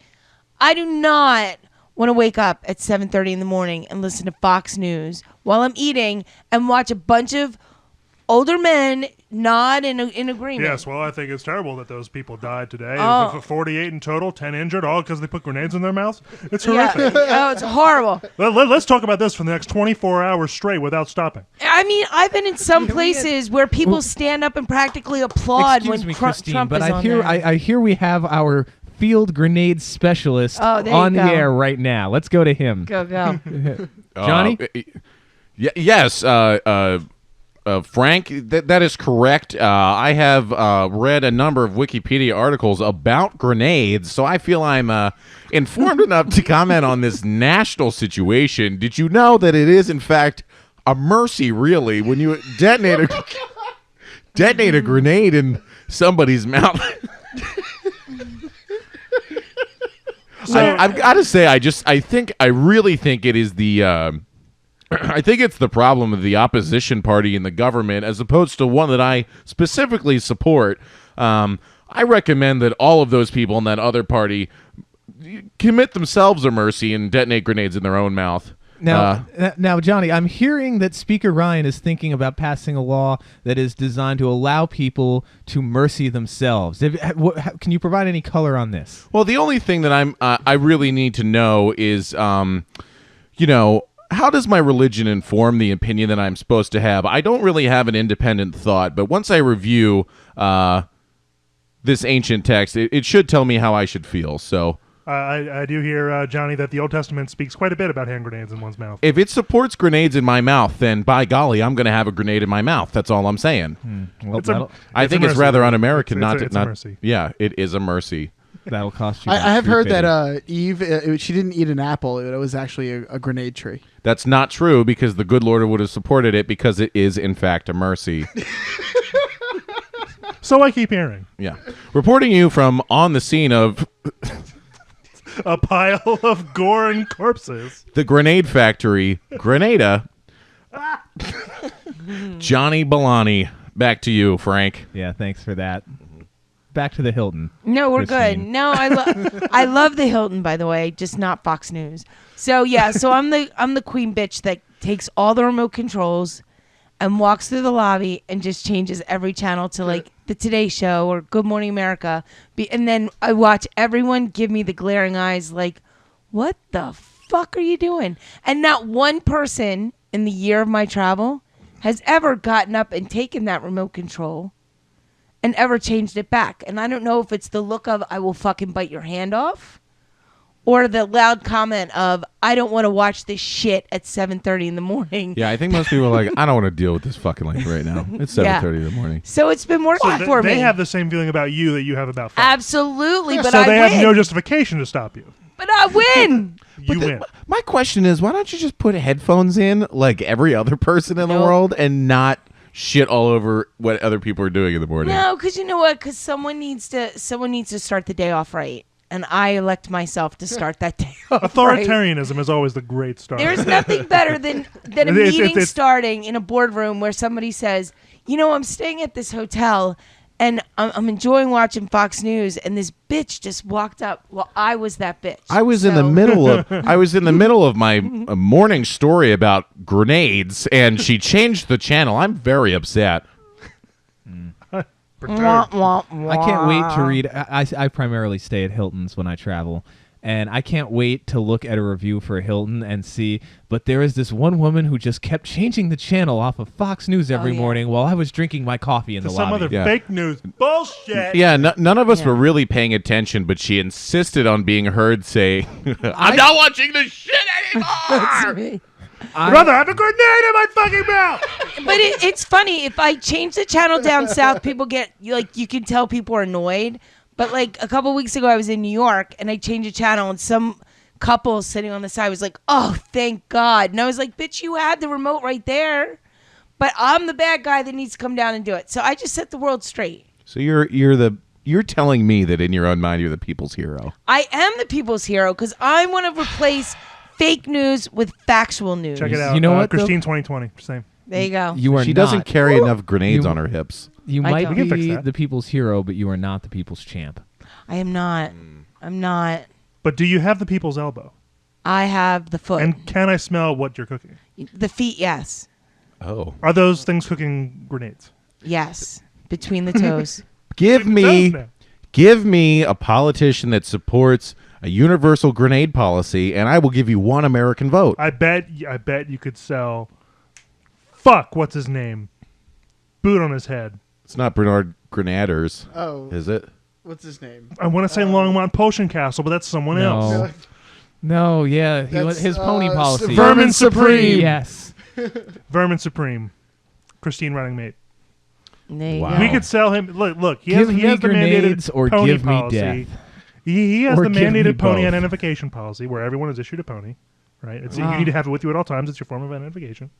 And with that, how about a bandolier grenades?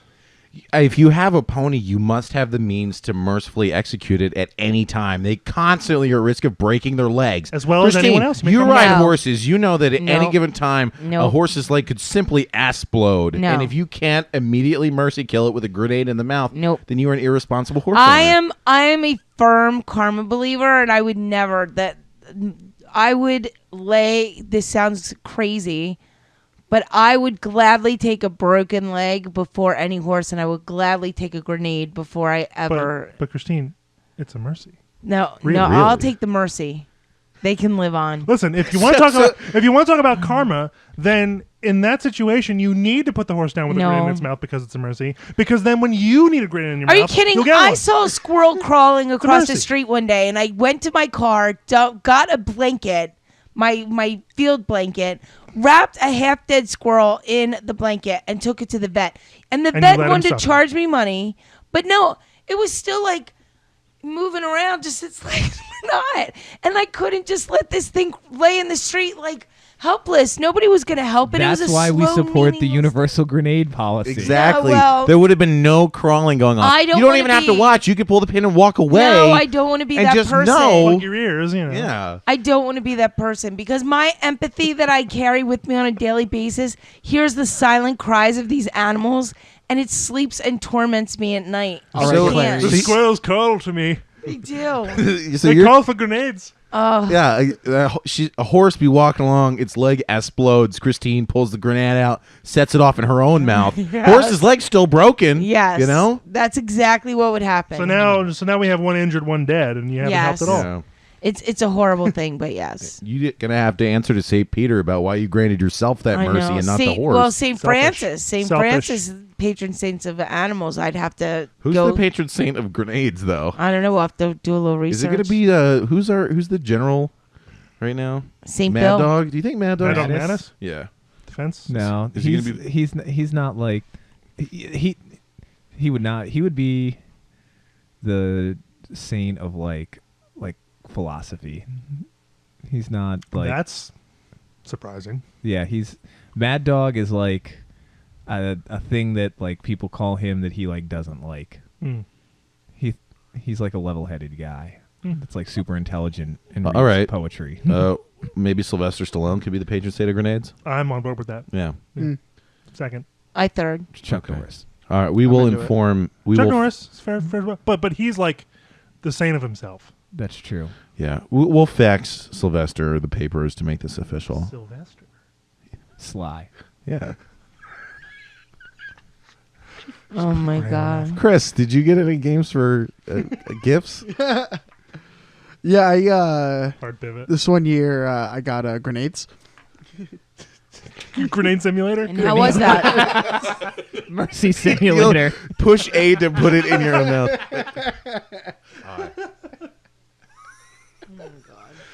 Kill us, please. We don't want to live anymore. Well, other than Grenade Simulator, what did you get? Mercy Simulator. You Mercy said it already. Simulator. What did I get? Mother Teresa. Always Oh, had a I bandolier. remember. I think my favorite was probably. Wait, what? Mother Teresa always had a bandolier. Oh, she was awful. Okay, let's not go down that Anyway, road. I think my favorite Christmas game was probably Star Wars: Shadows of the Empire on the N64. Wait a minute. I've never played that game. What is that about at all? It was like it took place between Empire Strikes Back and Return of the Jedi. And you were Dash Rendar, he was like a smuggler like Han Solo. Yeah, he had his own like Carillion freighter. It was really good. So it was what really was the fucking gameplay hard. like? Were you like It was hard as fuck. Was it like an RPG, or were you flying around? Was it all vehicle based, or? It was everything. It was like you were ground. You can be first person, or you can be third over the shoulder, or you flew in the Outrider, which was the vessel, or there was a cheat where you could play as an X-wing, or you can be the Falcon, or you could be a TIE fighter if you were in like one of the space battles. There was a level where you were on a train trying to find IG-88, the robot bounty hunter and shit like that, and it was pretty cool. So how old were you when you got that? Oh God, I think I was still in. I think it was in middle school. Middle school. That was one of the first games I think that came out for N64. So like it was early in the N64. So it was a lot of good memories for you. You played that a lot. Played it a lot. Do you still have it? No. My roommate might have it though. Did you put a grenade in it? And Yeah. It was Mercy. That seems like a misapplication of Mercy in that situation. No, it had lived its time in the sun. Okay, well, Yeah, I'm it's not time one to to judge. put- You Time can to only put it blow at on the the cartridge pasture. so many times. Right. Oh yeah, I know about that. Till you blow it. Not that blow the final time. cartridge, blow on the cartridge. Yeah. Both. Why not? Oh, Zone of okay. interest. Hey, if you wanted to be a super funny guy, couldn't you dress up as a cartridge for Halloween and everyone would have to blow you?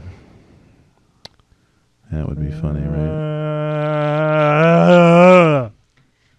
No. So I Nope. spend too much time on Reddit, and there's a Tinder subreddit, and that's like 99% of their content. It's just like, hey, here's a pun about my penis. I'm like, I'm an old man because this sucks. Like, I just don't like that. I must be because I'm old. Penises. Right? We've all got them. Or do we?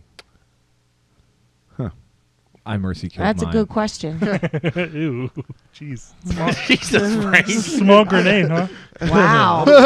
That's Or how he was it? became a robot. Wow. Only his brain survived. The most useless organ. You got nothing. Come on, Chris. You got to give me a little more material than that. You're not very talkative today. You must have a game you played. You know, it was a really hard time in your life, and your mom gave you this game, and it meant a lot. And when you beat it, you cried together, and it was so meaningful, and that's why you love video games to this day. Right? Was that a Disney movie? Could have been. Was that Wreck-It Ralph? No. No. That movie was actually It was pretty good. I penguins. didn't hate it. No, I like Wreck-It Ralph. But well, I think that's pretty much the theme of most movies put out today. Like, I don't love them, you know, but they're all pretty good. And like what Inside Out, when the girl's emotions are running her like a robot or whatever, I hear it talked about on the radio. And they're like, that movie was the main thing. It was Because just you listen to Preston and Steve. Yeah. They did actually talk about that movie a lot the one day. It was really good, I heard. I mean, it was pretty good, above average, I suppose. But what? I thought maybe you guys would Let jump. me ask on you it. this: how much did it gross? $1 trillion. I don't know. Are you sure? did Because well. I'll bet you all the shitty movies made more. By all, I mean the big ones. Yeah, probably. Well, I mean, that's how Adam Sandler still makes all those movies. No matter what he does, they take in tens of millions of dollars. Because, I mean, it's difficult to critique him given how crass we are on this show. Are you? But we're not a professional production. Take a guess about how much money that movie made. Gross. Inside Out. Yeah. 100 million. 580 million. No. I have no more guesses. 100 million. No. 857 million. Damn. Shit. I'm in the wrong business. Dun, dun, dun, dun, dun, dun, dun. Dun, dun, It had a dun. $175 million budget. Wow. Damn. Wow. Good It's work. kind of like Deadpool, my favorite movie. I've seen it Like thousands the Puerto of Rico times. cleanup. Oh, there you go. Hooray. Suffering. Grenade. We needed so many grenades. Oh my god. I can just see. I can see it now. President Trump behind and not in front of the cameras anymore. All his walls come down, furiously typing away in his Twitter, sweating, cold sweat. How are we gonna find the grenades that we We need? have the grenades that we need. How will we The distri- government has them. How will we distribute these grenades? C-130s, parachutes and pallets. You're good. That's probably why he's feeling a lot better now. He was Mad Dog came in and told It's him. like "Don't worry." one air mission. We have the grenades. Yeah. He's wipes the sweat from his brow. I care very deeply, he says. Mercy dispensed. Free will maintained. That's actually what they did with Osama. Give me liberty. Oh, or is it? give Yeah, me they Is didn't. that what they did with those? They didn't shoot him. They just said, "Listen, you're in big trouble. Do you want this?" And they, Big trouble. they You're in deep doo-doo now, Osama. handed him a grenade. He put it in his own mouth. That was it. That's why they had to bury him at sea. Yeah. Nothing to bring back. Oh dear God. They, Fuck that guy. Like, just really though. they actually they made the pin into a little necklace, but it kept falling off his headless shoulders. You know. Oh my Jesus. God. Watch me play all this Doom. I think it's rotting your brain there, Bill. Yeah, Am it's I Rotting supposed- your brain. Am I supposed to be sympathetic for this guy? I mean, Not come a on. bit. No. Oh, Jesus. I wonder if his mom ever gave him video games for Christmas. Weren't those documents that just came out? A big swath of them was what was on his computer. Final Fantasy VII was on it. Yep. Wow. Yeah. Whether he played it's another story, but he had like a bunch of like Western media and entertainment stuff on it. Yeah. Well, Whether it was just to like I wouldn't say Final fume Fantasy and/or VII was hate Western. masturbate to it or what, I don't know, but most likely he was enjoying it. And he's just like everyone else, a fucking religious zealot / hypocrite. So Chris, for Christmas or whatever holiday, maybe your birthday. Do you celebrate birthdays? I don't know. No, I stopped after 25. I leave the country for my birthday. it's true. What? I leave the country for my birthday. How many times have you done that? Once before, but I'm doing it again coming up. It's going to Where- be a tradition now. Where are you going? The Bahamas. Oh, okay. Way to co-opt the question directed at Chris. Yep, that's what I'm here for. You entitled fuck. You know what? Put a grain in your just put a grain in your mouth. Yeah. Right? I got one right here. I for you. tried, and my Right here. brain survived. I was transplanted to this godforsaken body. Anyway. So did you only get games for like one holiday? No, I would get them. I got what did I get on PlayStation 1? That was a lot of fun. Twisted Metal. Yeah. Oh, that game was great. Who I've my whole career has just been my whole Twisted Metal career has just been watching somebody else play that, because the one time I tried to play it, I wasn't quite old enough, and my aunt was like, you didn't tell your mom that you were playing this game. So I was like, oh man, and she wouldn't let me play anymore. That's I kind of hope they reboot that game. I think that would be They've a done lot it more of than fun. once. Do you think it hold? I mean, there were like 10 iterations of that. Yeah. Yeah. I'm only a aware lot. of 5. I there may I be remember more. playing 3 the most, Yeah, and then that was the one I played Twisted the Metal most. Black when that came That was out. that was I think the most recent game, wasn't it? PS2. Yeah. Oh, I thought it was been a Twisted minute. Metal 10, but maybe it was just Black. Maybe there wasn't. Maybe there was only 5. I think it was 1 through 4 and then Black. I think. Could be Yeah. wrong. It's been a while. So you had that as a kid? Oh yeah. Yep, I sunk a lot of hours into Is that. every game literally just a car that shoots missiles at other cars? Yeah. Yeah. Yeah, Okay. It's like arena combat, but you're in vehicles and they have special abilities. And Yeah, it's like it's one of those like derby cars, but with rockets and other things that'll And fuck really, you up. really dark, demented backstories for each character. Do they get into those backstories? Yeah. Yeah. Oh yeah, especially in Black, but I Yeah. think it's present for all of it. But like the guy organizing the tournament's the devil, and like he if you, whatever character you play has like a specific desire, and like the prize is like that wish being granted, and then of course the wish always backfires. Little known fact: the devil opposes grenades for everybody. Fuck him. Yeah. So what your PlayStation was No it mercy. super unreliable? No, Because I never had a problem with it. I when I finally got my hands on them years later, I could almost never get them to start consistently. They were just very moody. I think you almost answered your own question there. Yeah, because they were old. Maybe. I wasn't sure if it was I'm always not like sure. Yeah, that. no, back then I don't think I ever had a problem with the system. Never. Frank is shaking his head that he never had a problem either. My Nope. cousins had a PS1, and I rarely got to mess with it. Just because I was not usually there long enough, and the parents were like, well, you're here to visit friends, go play outside and do something, whatever. The couple times I did, I kind of had, I remember having some issues getting it to start. But it might have been like a wear and tear thing. Like maybe they left it open all the time, or they didn't know how to handle it properly, or I don't know. I was too young. But I think it's pretty interesting how we've kind of come full circle. You know, we started with cartridges, and now looking at the Switch, they're just SD cards, which I totally appreciate because the reliability of no moving parts.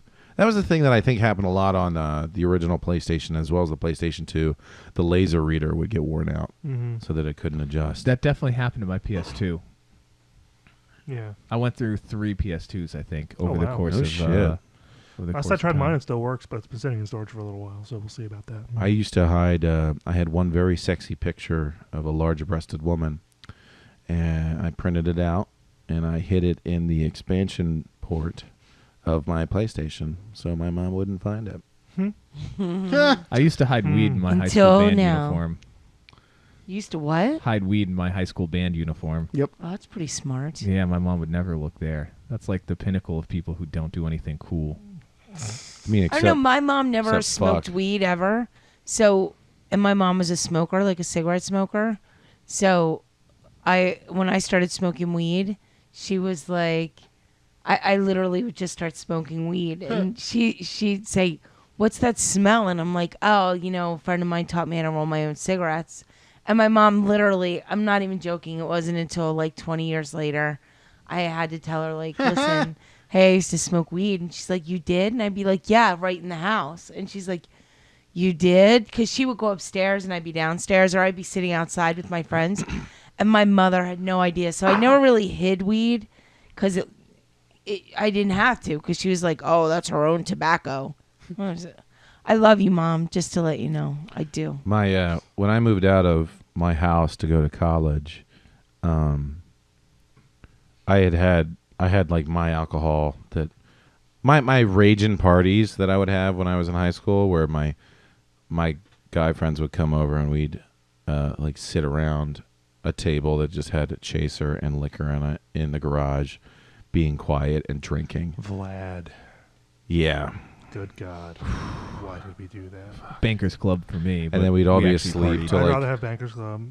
Yeah. Mm. Vlad it's made of the tears of It's the worst, but the best.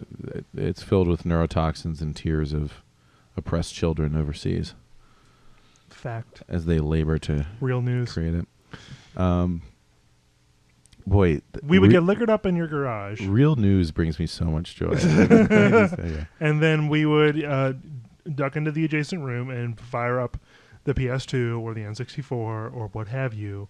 And then stick And- grenades in your mouths? No, we were having too much fun to need mercy. After the Vlad? Well, We were youthful. we so thought we about it survived, after the yeah. Vlad, but Right. then the liquor hit, and we were like, "Oh, play video games," and then we would do that instead. Then we would sleep until like 3:30 in the afternoon in my room. Like 5 or 6 guys piled into my room, and if you opened the door, it was like humid Mhm. with alcohol off-gassing Mhm. from these individuals. Oh, And my mom God. was like, your good poor perimeter mom. defense, My right mom's there. like, "Oh, you guys were really sleepy." I was like, "Yeah, we were just up late playing video games. Nothing suspicious here." Oh, my God. So when I went away to college My mom helped me move in, and my stepdad went into my room. He took everything that I owned, that I had left there, boxed it up, and stored it in the garage, which spawned a high level of tension within my household. And I was talking to my mom one time about it. She's like, so what do your friends' parents do? They just leave their things the way that they were when they left? I was like, yes, that's Yes. exactly what they do. That is exactly what mine did. That is exactly what No, I happens. think your parents and my mom need to get together because my mom did the same thing. Like literally, I left 2 days later. Like I came home to visit, and she turned my bedroom into a sewing room, and I was like, I didn't even have a bed. I slept on the couch. I was like, wow, That's messed up. Yeah. So, I mean, there were certain things from my childhood that weren't thrown out, but I haven't fucking seen them in years, so who knows?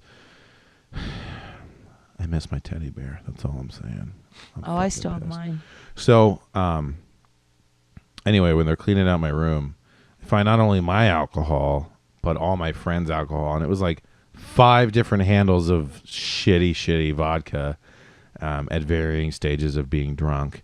And my stepdad contacted my mom, was like, do you think Billy has a drinking problem? Like, do we have to talk to him? And she's like, no, he's a dumbass kid. But my mom's like, I never suspected you guys until we found all the liquor.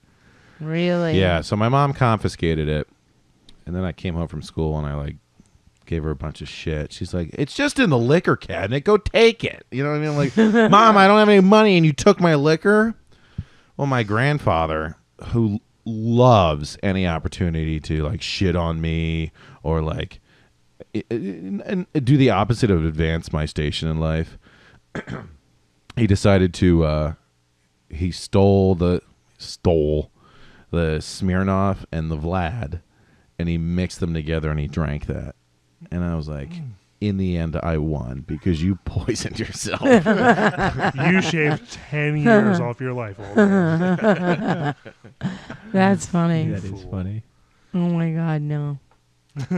What hubris. To think you could. I me love down. like the level, like the level that I cared about hiding anything that I did for my parents. Obviously is inversely proportional to your age. Mm-hmm. When I was in high school, I was so paranoid of my parents. Well, they didn't really care that I drank, but even still, I like hid it from them. But then, like by the time I like moved back in with my parents after college for a couple of months, like I would like smoke a joint in my room and I'd like open the window and I'd like look over at my door and I'd be like, oh, I should shut that. And then I'd like get up with the joint in my mouth and walk over and shut the door and then just walk back over to my window and be like, whatever. They want to say anything or like coming back, like I'd bring a bunch of my friends back. I only lived like 2 blocks away from the bar that me and my friends always went to. And I'd be like, yeah, who wants to go back to my house and sit in my back patio and get high? And they'd be like, all right, yeah. And there'd be like 10 people that come back. And my mom would be like, oh, you brought people back here last night? I thought I heard some people out back. I was like, yeah, we just came over to have a 40 after the bar closed down. She'd be like, oh, okay. Yeah. One time when we were drinking 40s, I learned this trick that if you screw the cap of the bottle on, but not too tight, and you throw it in a fire, it'll heat up and it'll shoot the cap. Well, I did this once, and right before it really heated up, I had the good sense to take like the grate that you throw over a fire. I was like, let me just put this on this glass bottle just in case. Well, the cap was screwed on too tight, so it didn't shoot off. It just exploded. It was, and it didn't sound like I've never heard glass explode from air pressure like that before because it had never happened. But it sounded like a fucking 38 shoot, like I was like, oh shit! So we all went inside and we like turned the lights off, put the fire out. Like we're still gonna get caught.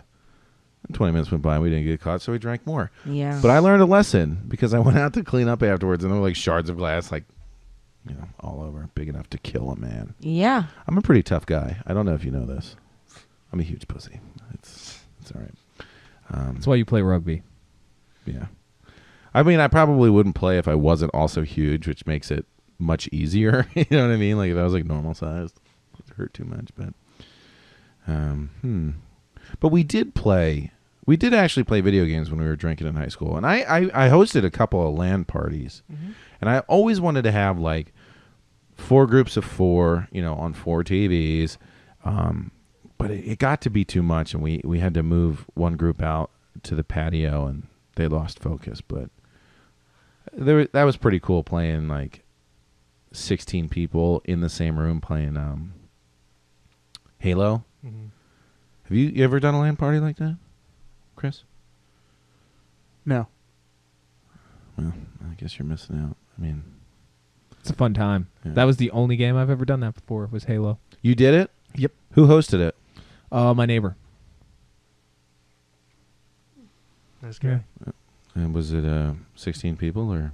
Yeah, we got 16. Well, actually, we had more than that, and we had to rotate up. All right. One of the Okay, spots. so real quick before we decide to wrap this up, We're gonna mercy the podcast. yeah, I have one large grenade, and we'll all just put our mouths against it. When Pucker up. yeah, you guys looking forward to any games coming out in this holiday season coming up? Well, the new Assassin's Creed is out, and I have heard very good things. I've heard good things about that. Call of Duty came out yesterday. Was it yesterday? Wait, or what have 2 you heard days about ago? Assassin's Creed? Thursday night, Friday. Thursday- something yeah, like So something it's that. not the same game again, Oh, okay. Well, and that's it's good. actually like a quality new-ish thing. I mean, they're advertising the shit out of it, Mm-hmm. but they're advertising it like A couple of my coworkers have been playing it, and they have very good things to say. it's like After having confirmed my own grievances with the previous ones. yeah. Okay, and then Modern Warfare. No, I'm sorry. World War II just Yeah. came out. I can't get over I heard the this. servers were a mess, but I heard the campaign was pretty decent. They always are. They're always a mess. Yeah, but I heard the campaign on this one was very good. It was a good story. I heard. Yeah, strangely, in this era of microtransactions and shit like that, we're still getting good entries in the single player modes. But I was hanging out with a friend on Friday night, and they said the same thing. They just could not get on a server. Yeah.